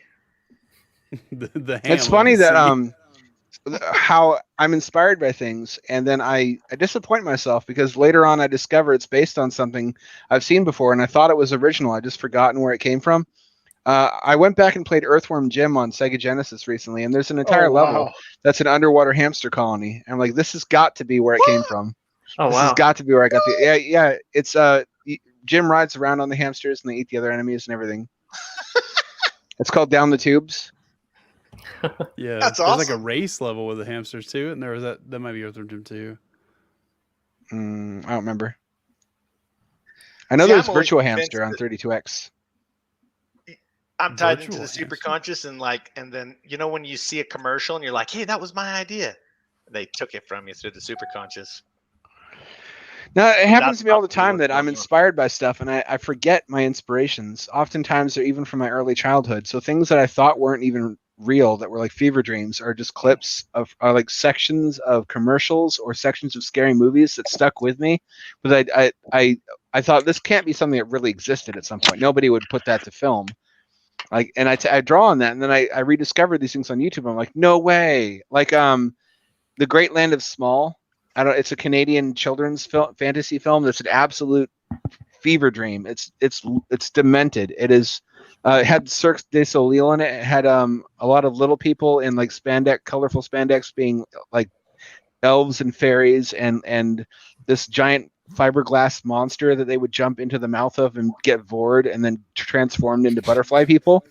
And it's insane. It's insane. This was the 70s. Anything got greenlit. Remember, if the original Transformers movie got greenlit, and like anything could get greenlit. If you recall, that movie also got really demented about halfway in. The Transformers movie? Yeah, people don't remember that about it. They don't remember. They only remember the good parts, but it gets really crazy halfway in where they go to an all robot planet, and there's like this giant it eats spitting everything. dreidel judge that goes, and they have to do a mantra. They have to do a chant like "Ba Weep Pa Na Meet Nini Bong" or something. People don't remember that about. They remember the lucid parts of it, and they assume that the rest of it had to be some kind of nightmare. But during that decade, any idea, they're like, make it, print it. We're going with the first draft of the script. Also, the Last Unicorn. Last Unicorn has a lot of nightmare fuel in it that people don't remember. They remember the beautiful parts. The Black Cauldron, the Phantom Toll Booth. A lot of these have really trippy, surreal parts that are a product of when they were made that would probably have gone over most children's heads, except that it was terrifying at a young age. Like that tree, that bosomy tree that falls in love with Schmendrick and hugs him so hard that he can't breathe. Or the harpy attack, or the skeletal king who tries to drink wine and it goes through his bones in the Black Cauldron. Yeah. A lot of just a childhood full of terrifying, half-remembered moments like that. A lot of that is what went into my writing. Oh, that's fantastic. Yeah. That's what brings the feel, the real because authentic these are fear. things- yeah, exactly. Authentic fear. Like, my wife loves scary stuff, and I personally hate scary stuff because, like, it scares me, and I hate going out into the dark when I'm scared, Well, it's scarier to see half a monster than a whole one. I like to say. Say what? It's scarier to see half a monster than a whole one, because what your brain fills in from what it doesn't know is scarier than seeing the whole picture. And that's the same with childhood memories. The stuff that we extrapolate from, like our own imaginations, are better at scaring us than any other person. Yeah. That's probably why Werewolf in London scared me so bad. I saw all the scary stuff, and then they took me out, so I didn't see him kill it at the end. So it haunted me for like weeks. Your brain fills in the gaps. Yeah. You watched it 2 weeks ago. Little Jared. Dude, it was He scary sees as loose. heck, He's out man. there. They never I couldn't got him. sleep. I couldn't I was like, man, there is a werewolf behind that door. I'm not going that direction. So like if And it your was dad the door to my bedroom. so like I if your was dad forgot to shave for a couple days, do you just start like losing it? no. My dad, he's shaved every day. Like I didn't have to worry about that. Okay. Oh, But But man. just expanding on seeing half a monster being scarier, we've all probably been spooked by seeing like a hoodie or something draped over a chair in the corner of our rooms at night that looks like a person sitting in the chair. It's misunderstandings of things that really shake you, where you think you're seeing something that's not, that you don't, your brain hasn't put together, and it tries to make it into what you expect it to be. And your brain has a really impressive power to construct its own reality based on what it thinks it's seeing, and that's really where some of the really bone-chilling experiences come from. do you know? I could tie that in with the 4 agreements. By all means. Okay, so you see something, you don't know everything, so you start making assumptions. Never assume anything, because that's one of the 4 agreements, and that causes that fake reality to come into existence because your mind is that powerful. As a consequence, that's a good way of looking at it. It's fun to be scared, though. Well, So, okay, yeah, there's other a thrill to it. The other night, I just Go ahead, got done watching a whole bunch of scary movies and stuff, and I crawl into bed. About 3:00 in the morning, I get up to use the bathroom, and I found out my dog was hiding under my bed for some reason. I don't know why. So as soon as I put my foot down, dog comes up and grabs my ankle. I shot up about 3 feet into the air, screaming like a little girl. Thank goodness I feed and house this creature so that it can do things like this for me. I had, I think, only 2 experiences like that in my life. I've always been very skeptical, very grounded in materialism. So whenever I saw something I didn't understand, I immediately, instead of running away, I ran towards it to investigate it, to clear up what I was looking at. There was a time when I scared my sister. She saw this horror movie where this haunted toy rocking horse went on a rampage because its identical copy was destroyed. And they seal it away by putting it in a box with a mirror lid so that it looks in the mirror and it thinks it's with its twin again. So I went and on a toy shopping trip with my mother, and I bought a rocking horse toy, and I put it in bed with my sister for her to wake up to. And she never forgave me for that. She kept trying to prank me for like a year after that. And one of the things she did was to buy a little motorized owl statue that's used to scare birds. They have like a motorized head that slowly turns every so often, so birds never get used to it. They're always wondering, is it a real owl? And she put that outside my window. But as soon as I saw the head turning, I was like, okay, that's not real. That's a statue. I immediately got up, got out of bed, went outside, picked it up, turned it over, found the battery compartment. I'm like, oh, all right, it's battery operated. And she was furious because she's like, that had to work. That had to work. The other time was I was walking home from college to the apartment I lived in at the time in Florida, and I saw a car drove by, and its headlights, a moving source of light casts a rotating shadow around a stationary object as the light passes. And I saw the shadow trailing away from where a person should be standing. It was a person-shaped shadow.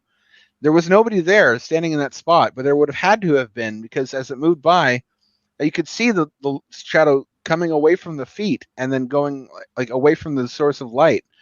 And there wasn't anybody there. And I couldn't believe what I was seeing, because there can't be a shadow without a person. I never seriously entertained the supernatural, but it really puzzled me, because usually when something like that happens, I can investigate and find out right away what the cause was. I was looking around, but without another source of light to recreate what I had seen, without standing there all night waiting for another car, I couldn't figure out exactly what I saw. But when I looked up behind me, there was luxury condos of some kind, and there was a acrylic balcony.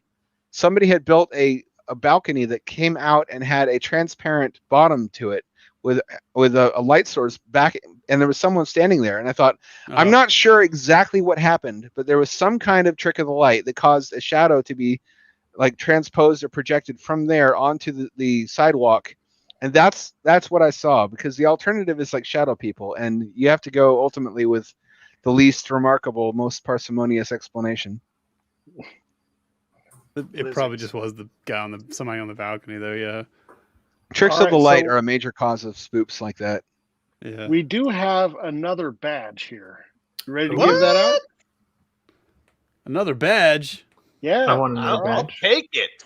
So everybody go to your dashboard, Okay, I'm there. scroll down till you get to the My Badges section. Done. Oh, went past it. Oh my goodness.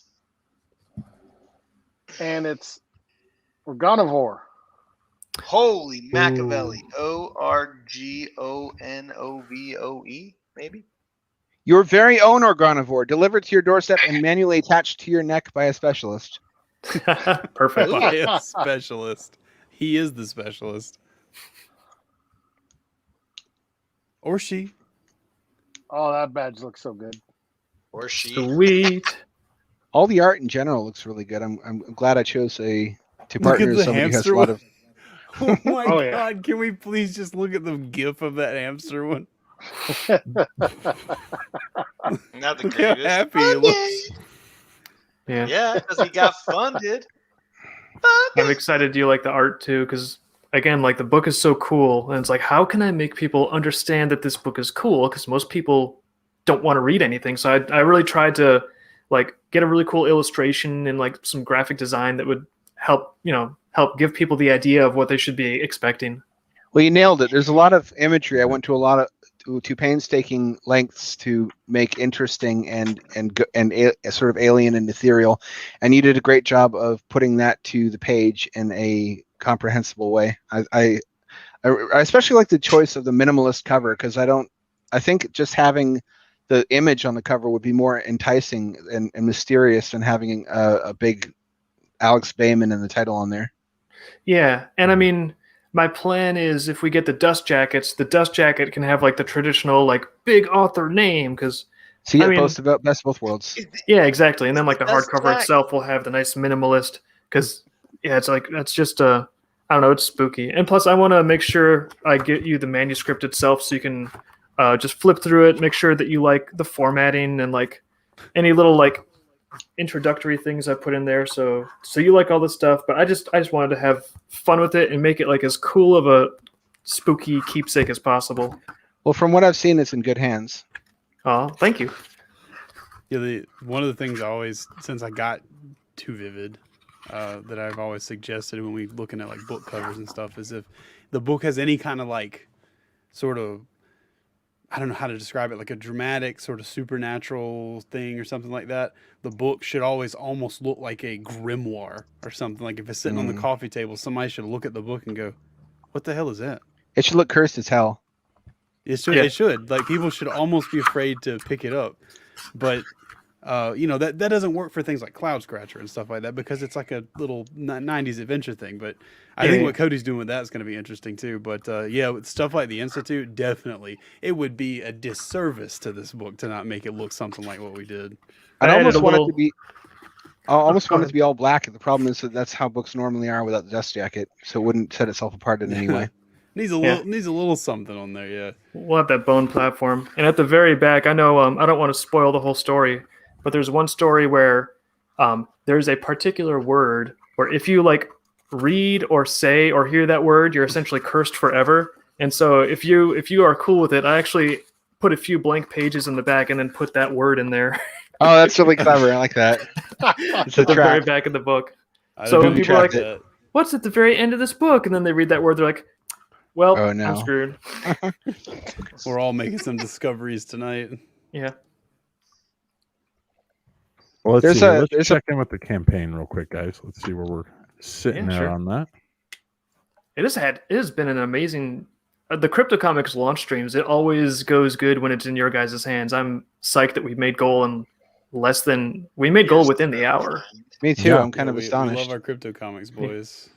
I'm not astonished at all. First, you had talent, and then Oh, you yeah. had somebody who sounds fantastic like David, and then you had Hazen Cruz bringing in those cool little sounds with his little digital thingy-bobbers.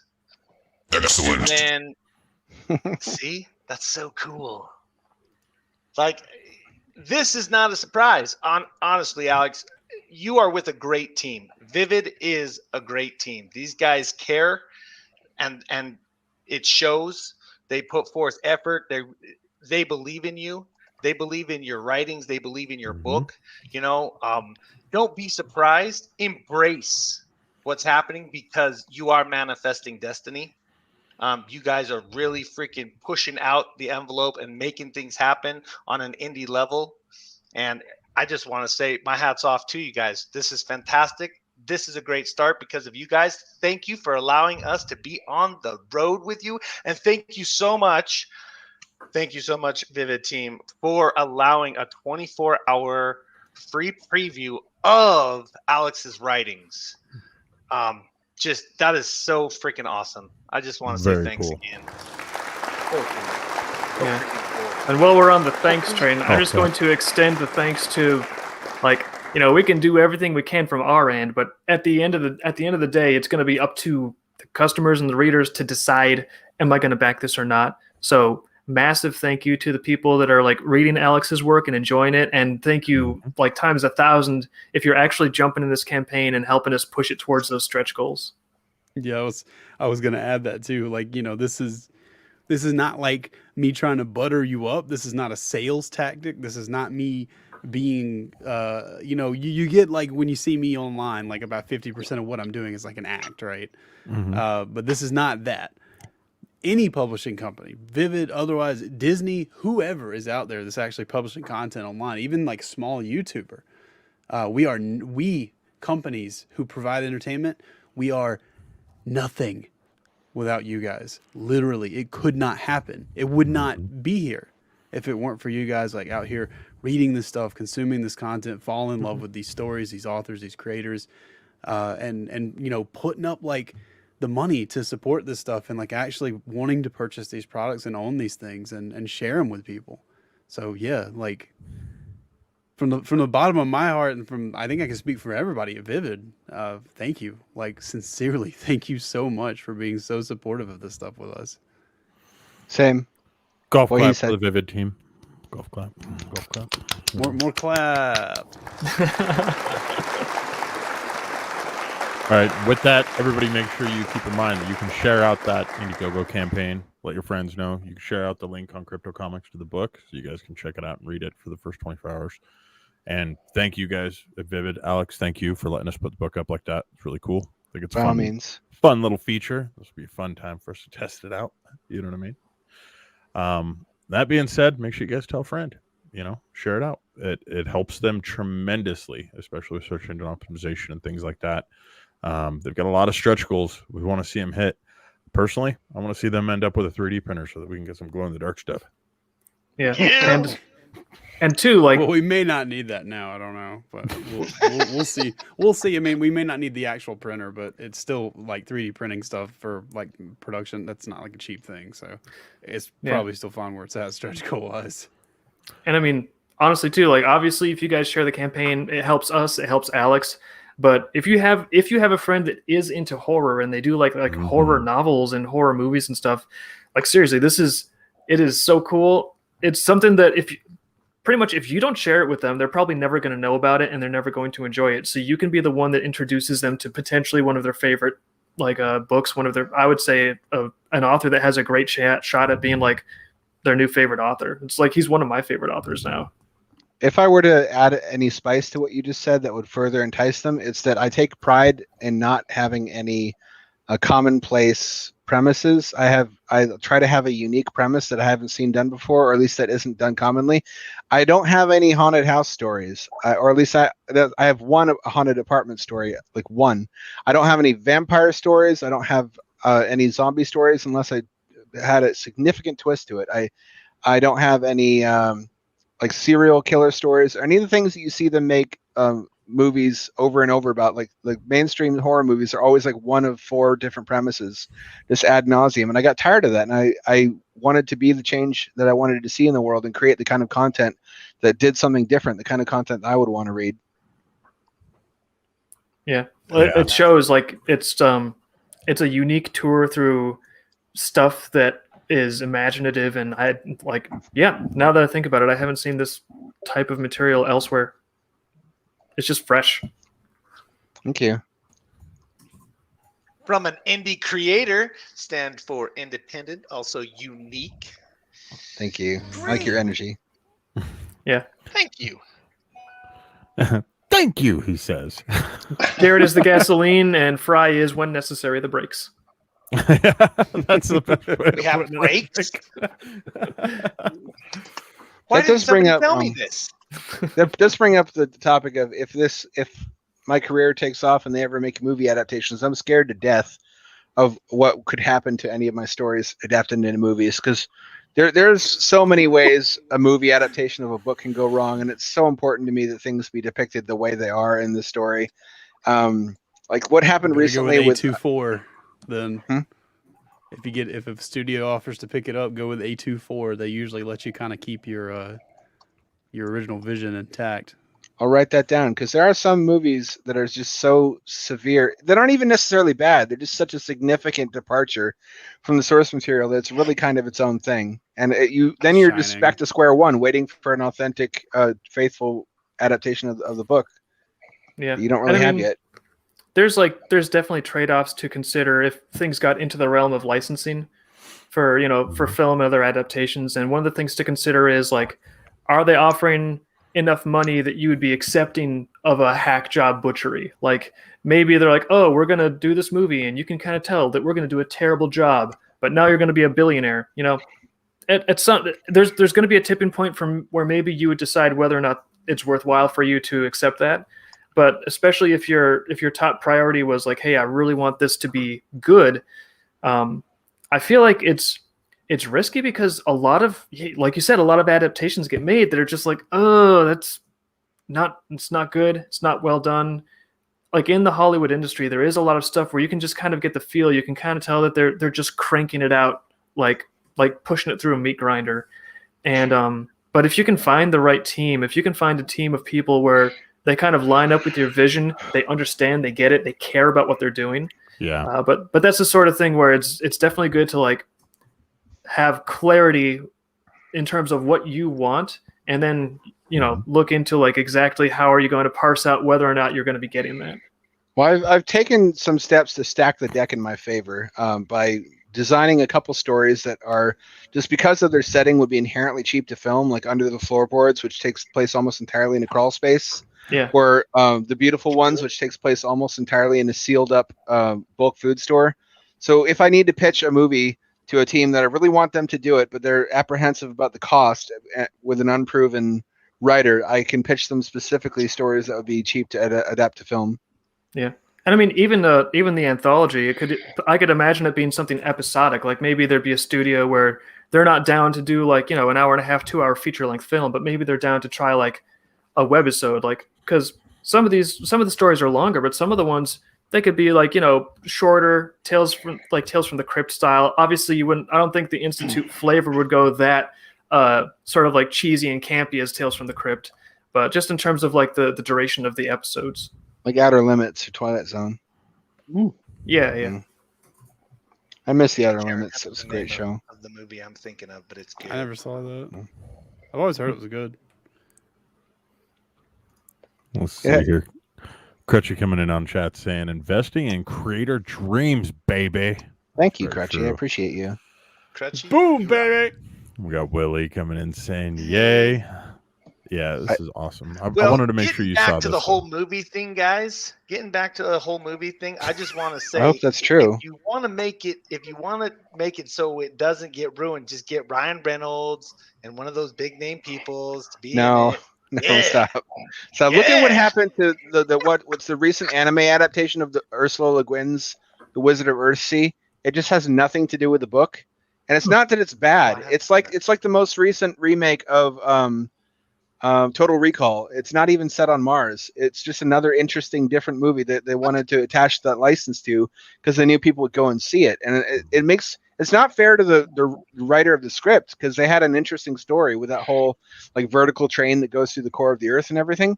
Like they had an interesting premise, but then it gets ruined because they attract all this ill will from fans of the property of the license that they tried to slip under your nose like that, and nobody wins. Nobody wins in a situation like that.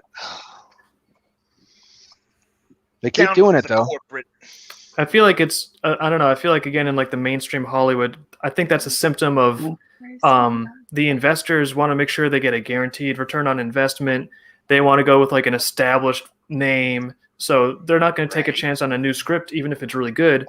So yeah, they'll be like, oh, this is a great script, but you know what sells? Jurassic Park. So just make the script, make it Jurassic Park 6, and it's like, well, this has nothing to do with dinosaurs. Now it does, and then they just and I think it's that they don't take a lot of creative risks. There are exceptions, but generally Hollywood is not taking creative risks anymore. It's all so controlled. It's all treated like the business side has really throttled the creative side of it, and that has resulted in like consistent mediocrity. And at this point, like the audiences, I don't think that they trust that there's going to be good things consistently coming out of Hollywood. And that's why I think the indie market is so important. And comics are kind of getting there. And even animation and film are starting to catch up in the indie market because technology is making production more accessible to everyone now. And so the indie market, if they can start bringing the level of quality and taking the creative risks that Hollywood is not taking, I'm really hoping that there can be like a breath of fresh air from that direction. Like games, all the best games that come out these days are indie. Yeah. When's the last time you played a really good AAA game? Like I would even go one step farther, and I would say almost these days with gaming, especially, almost exclusively anything good that you're going to get your hands on to play is going to be independently produced. Precisely. Are you guys surprised? Come on now. I writing on the wall. There's all these people out there with these millions of dollars and like they know exactly where to put the money to get the game in front of people and get them to play it. And then it's like, okay, Titanfall. Everybody loved Titanfall. Titanfall 2. Everybody loved it. Everybody went for it. Everybody loved it. What should we do? Titanfall 3? That would make a lot of sense. Let's not do that. Let's do Apex Legends. Let's do Fortnite Titanfall. And not many people I know like that game. They play either Warzone or they just play Fortnite. Mm-hmm. Are they just the same games rebranded over and over and over again, basically? Call of Duty is kind of. Call of Duty kind of is. The Titanfall games they were like a really good narrative. Like I don't want to get too deep into it, but they had a really good narrative and they were really good single player games with a really good multiplayer thing on the side that you could play. But they just made it like Fortnite and Warzone, where it's like strictly multiplayer, strictly like loot box kind of stuff. It also wasn't overdone. That was like the first mech game where you can get out of your mech that was any good since Shogo. Yeah, it was worth making because there wasn't already a million things like it. And your mech had like an AI, and it would like help you. It liked you as its pilot and stuff like that. Like it wouldn't let anybody else try to pilot it. Yeah, you gotta be able to take risks. You gotta be able to take risks and be able to afford to take risks to make something that's different and refreshing. Yeah, and I think too, it kind of shows that you have to have people who care about what they're doing, because the thing that Hollywood has, like these massive budgets, these huge departments for all the resources they have, if it just turns into like a total systematized like meat grinder kind of situation, no one in any particular point is really that emotionally invested in it. They're all just doing their jobs, and it really shows. Whereas even if you get something indie, even if it's a little more crude, rough around the edges, if the people doing it really, really love it, it comes alive. And I think that's what entertainment needs. It needs that like spark of life. And plus letting people take creative risks, like that gives them the personal investment to actually care about what they're doing. Mm-hmm. Great. Well, I was just going to say, since Alex, since you want so much creative control, as we roll out new features for the reader, you guys will probably be able to do some pretty bad like full motion animated like of some of your stories and stuff like that. Because that'd be sick. That'd be awesome. Wouldn't that be awesome? I mean, you guys are going to be totally empowered because indie is the future. We're tired of the old crap that they're trying to feed us. It's so nice and refreshing that there are forces like Vivid out there bringing the indie creators to the forefront so that they can show us the new world. Oh, well said. I said it. Let's get a artificial clapping for that. Yeah, that's definitely. Cue the sound effect. There we go. Clapter. Hey, you guys make it easy. You guys make it easy because it's the truth, and the truth flows naturally. You know what I mean? Well said. It's so fantastic that independent creators are getting together. They're using the technologies available to really get their creations out there so that we can enjoy really good stories that haven't been rebranded to us over and over and over again. I didn't even know that much about branding till I met Fry. And now it's like, now I'm starting to see just how almost mundane it is. Because I It's swear to very God, if I see mundane. another scary movie and it's again about a masked serial killer or zombies or vampires or Oh or a my haunted God. house with bleeding Now, I am walls and whatnot, finishing I'm going to off eat The my own Walking face. Dead. I'm going to do it on camera. I am finishing off The Walking Dead, so I mean, I I will invested early in say- that one. Yeah. Well, if you're Yeah. going to do one of them, do it really well. And that's what The Walking Dead is. That's the only zombie thing that needs to exist. I will say that it is a very mundane thing. Jared's right, and it's unbelievably mundane. Like the process of getting a movie greenlit for production is something that I think would shock a lot of people. It's never about like this is my movie answers the age old question of this or like this movie has this character and it teaches this lesson to people. That's never ever like what this is about. It's just like how much will you let us change, and is it a premise that like do you know like people who can be in this movie to make sure that it makes back like 10 times what we spend on it. I dread it, frankly. Yeah, and I need money, but I good dread it. stuff though. Sometimes good stuff does make it through that process, but it like it's rare, and as the years go by, it becomes less and less frequent that you ever see that happen. I still hope Not that anymore. again, like indie comics, they're really kind of coming into their own, indie books. And I do think, like, even looking at stuff like VivziePop, indie animation, indie film, Yeah, I think that those fields are growing stronger. So, I mean, I wouldn't be telling an author, oh, definitely do this, definitely don't do this. You know, that's like a conversation. There's like values to consider about like what they want, what they're going for. But generally speaking, I think that investing in trying to develop things in the indie market with our own sort of like firepower and with people that are maybe in adjacent indie markets, like adjacent indie filmmakers that sort of align more with our values, I feel like that has more potential for at least a good creative result than necessarily trying to like fly over to LA and hobnob at the right parties and jam something through the system. I think I've been to like 2 parties in my life that wouldn't go well. Yeah. Although that Only might be fun two? to watch we'll as a hold fly your on the hand, wall. Alex. I hid in the corner. They don't Just know so I you have know, an the party underwater doesn't start hamster, till I get there. hamster bunker. The meme format. I understood that reference, JPEG. He got it. I guarantee you there's a couple people in the chat that got it. Sorry. If you did, comment below and let us know. Oh, wait, to the side. Well, where Let is us that know in the comments below. And while you Yeah, guys let are us know doing in that, the comments below. Let's And do like this Jason, and why'd you get share him and started? subscribe. No. Make sure Let's to do it, smash that everybody. like button. Yeah, smash it. Oh, geez. Hey, Bri, how much do you love me? Come on, tell me. Not a lot. Excellent. Not that much. Really? Seriously? What Quite a bit. horror about you, movies Matt? have you guys seen recently that impressed you that you thought were original? The Witch. I will say I've just The started Witch. watching one on YouTube. I haven't finished it yet, but the first 10 minutes have me captivated. Like I tried working to it and drawing to it, and I couldn't because it was so weird. Angel's Egg. It's an anime, and Oh it's my god! Oh, I've heard about Yes. that. I don't think that's particularly great narrative wise, but like the visuals in that are just so like what is happening? What the hell am I watching? yeah. That's why I haven't watched it all the way yet because I'm like I have to set aside time just to watch this because it's all about immersion in this like sensory experience. So that it looks weird and bizarre, and I'm going to be watching that probably in the coming week or Yeah. two here. I hope. If you like those weird like visually cerebral sort of like 80s diesel punk anime things with like a hint of like weird like heaven and hell type supernatural stuff, check out Angel's Egg. Dark Souls 3, I think Philionor, the character Philionor drew a lot of inspiration visually from Angel's Egg. I really liked let's see, The Ritual and Midsummer until I realized they were the same movie. The Ritual, I never saw Midsummer, but They seem very thematically different, tonally different, but it's about a group of friends who run into a cult that lives in the woods that does a ritual in order to ensure their own immortality.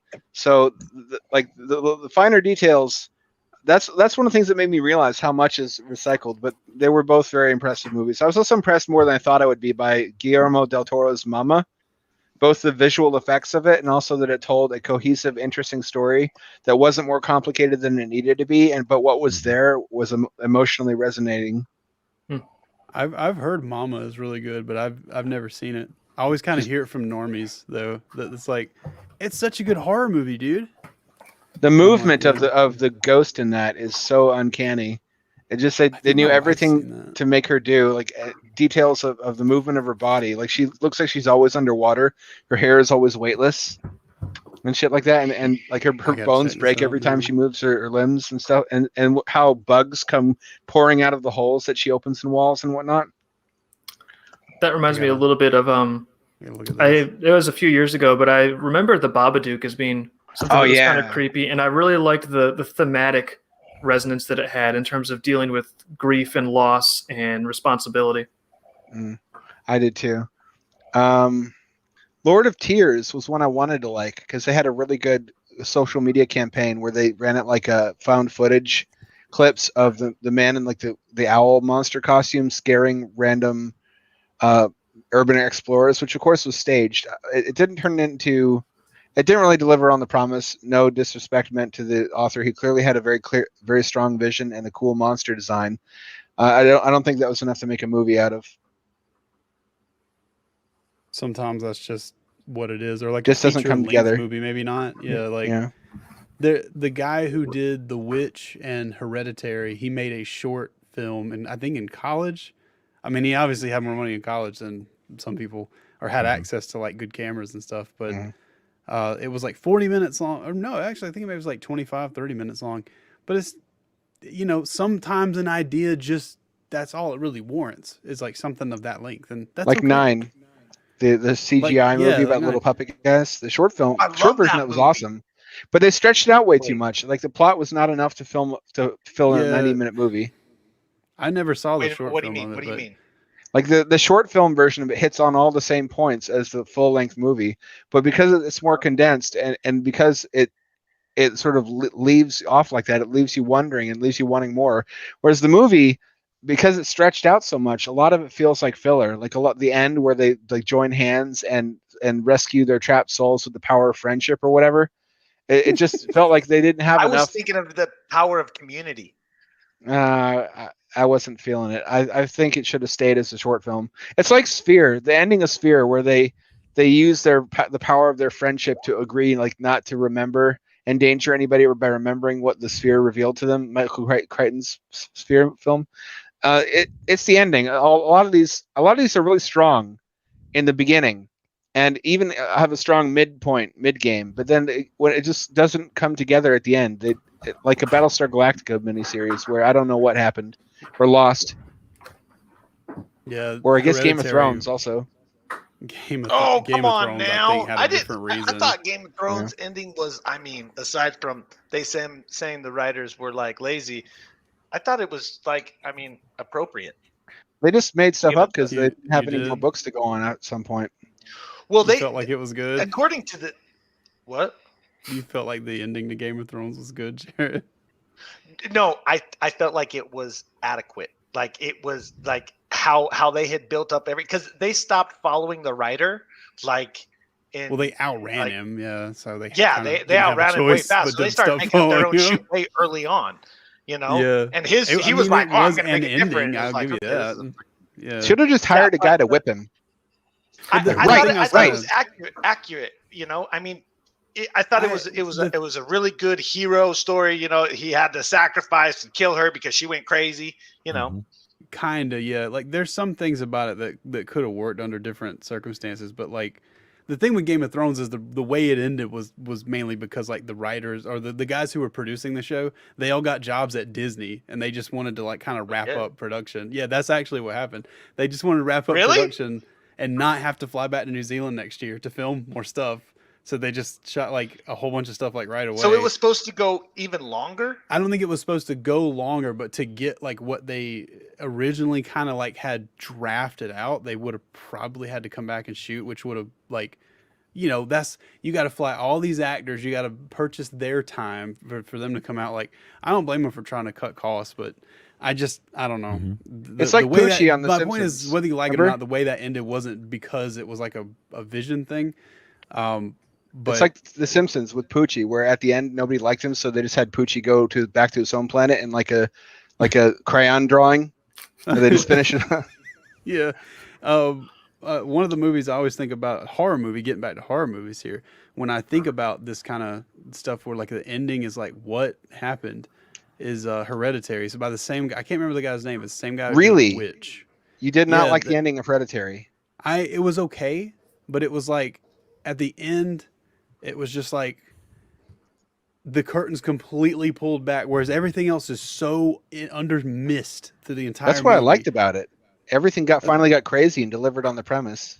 Maybe some people got that out of it. To me, it was just like, I don't know. They literally had like the old woman sitting there going, "Hail King Payman" and stuff, and it felt like Too sort of much. hokey to me.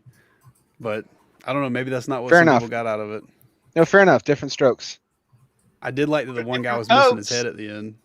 I'm not going to spoil that movie, but the thing that happens early on with the car absolutely shocked me. I could not believe what I was seeing. I couldn't believe they did that. Yeah, I was like, oh my God. Like, And then, this like, is they're not just going to show part it. of this No way are movie they going to now? show it.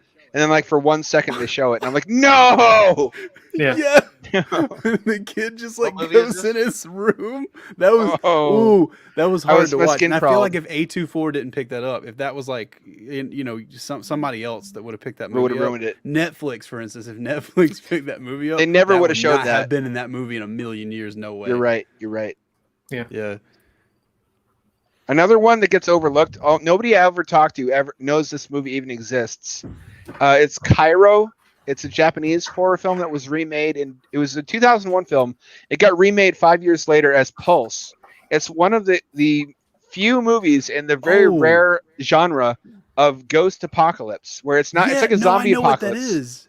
It's like a zombie apocalypse, but with hauntings, basically. The whole it's like Death Stranding, similar premise, where the dead are coming through to our reality in mass, and it's infectious. It's not Western ghosts, so it's like Ringu, and it's like Sadako style Japanese ghosts, but they can convert people. They can drain their will to live, cause them to commit suicide, and once they do that, they get converted into like a pain ghost, and then they try to convert others. It's some of this cinematography in that film and the moments. It's the moments that make the film. Like the overall thing, it also doesn't end super strongly.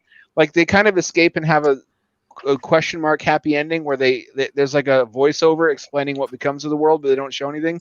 But there's this moment where she's like in an not underground, it's like a basement level of an apartment building, and she can't quite see. There's somebody in the shadows. You can see their feet, but you can't see the rest of their body. It's standing there, and she doesn't notice right away. The audience notices, but the audience can see what the main character doesn't see yet. And for like the 5 or 6 seconds before the main character notices, my skin was crawling. I'm like, I just know, like that's not a person there. Yeah, they did. And some what of follows that in Hereditary too, yeah. like just subtle visual stuff. Mm-hmm. It did that a lot too. You're right. Come to think, I had to watch that twice to pick up on all that stuff. That's how you know it's a good movie. I will say that like live action Japanese horror movies, like almost all the ones I've ever seen have been really good in like this haunting, like alien sort of way that I just don't think you could capture with like a Western production team. Or if you, it would be right. It would be quite a feat, in my opinion, if somebody did do that. Did you see the live action adaptation of the Junji Ito a manga Spiral Uzumaki? Among Us? No, I haven't seen a live action. I didn't know there was a live action adaptation of a Ito thing. Most people don't know. They also don't know that Gyo Tokyo Fish Attack got a live action adaptation. There's a couple of Junji Ito live action adaptations of mixed quality. Some are better than others. Spiral has Do you see the ahead. animation they're doing of an Ito thing? I'm dimly aware of that. That's on the periphery of my mind. I must have heard of that. It's like in that grotesque, like black and white, stark contrast stuff that he used to draw in. That might work they're better. Like animating it in that way. You Yeah. two need to make a horror podcast. Oh my God. So Sorry. I gotta say, guys, Of course, we're coming up to the 3-hour mark, and we have to end it before we actually hit that. So I just wanted to check in with the campaign one more time, if that's okay. Yeah, By good, means. yeah. Okay. Oh wow! Whoa, We're 130%. Oh, we're still climbing. Yeah. Look at that. You man. guys are close. That's you awesome. guys are close. Just got it. What do we got to get to for the hardback? It's like 2,500. I think. Let me take a quick look. I think that's right. I yeah. think so. And then you have the extra comic at the 2,000 mark. So getting pretty close, guys. Yeah, Nice, 20. nice. But 2,500. I know we're gonna get hardcovers. I can smell those hardcovers. Share Oh, Halloween, yeah. y'all. Feel it Tell in my your bones. friends about this spooky, super spooky book that you can read right now online. On Tell your CryptoComics. friends, tell your grandma, tell your grandma's dog, tell your grandma's dog's friend. Yeah. Don't worry about the dog. Tell your Terminator bus statue with motorized chip. How do you know I talk to that in private? How do you know about the machine? All right. Yeah. Awesome. And with that, guys, I just wanted to say thank you for jumping on, doing a My stream pleasure. with us. Thank you for letting Yeah. us join you guys on this. It's been an absolute pleasure, and I've learned a hell of a lot about horror movies now. Yeah. Thank you guys again for hosting. I don't know. It's always a good time when we get to have a launch stream with you. No, Well, thank you. It makes us feel good. Yeah, It is by it's been far our lovely honor. this evening. I'm sorry I derailed things a little bit. No, you didn't, man. That's When you fine. started Fine. listening, we're like, Hazen, very thank nice. you. Thank you. For the first time, they were saying it wasn't me. Thank you. You said a lot of stuff I was going to say if it wasn't you. For the Well, first time ever. We tag teamed the derailment then, so I'll share some. No, of it that. was good. I felt really happy, like deep down inside. All right, we do got to. That might be a condition. You should have that looked at. All right, everybody. Thank you so much for joining us tonight. It has been a pleasure to be with the Vivid team and Alex Baymen, who just wrote an awesome book, Reports from the Institute. It's true, I did. It's actually That's real. true, I did, he says. And with that, make sure you guys No, like, wait. subscribe, hit the little bell notification, know when we go live next time. Make sure you follow along with Vivid Publishing, as well as Alex, on every social media platform. I'd go through and make the list, but at this point, search for Hamster. You're going to find Alex. Hamster. Search for hamster. Hamster. Hamster 1. I'm just... I think you could search for just about anything that begins with an H. And Alex Look, will probably Alex pop is up at this famous. point. No, wait. Sorry, I said that wrong. Alex is Got to stay on brand. Right. That's weird to think about. Wait. We're branded right now? With that being We're said, live. love you guys. Later. Take Later. care.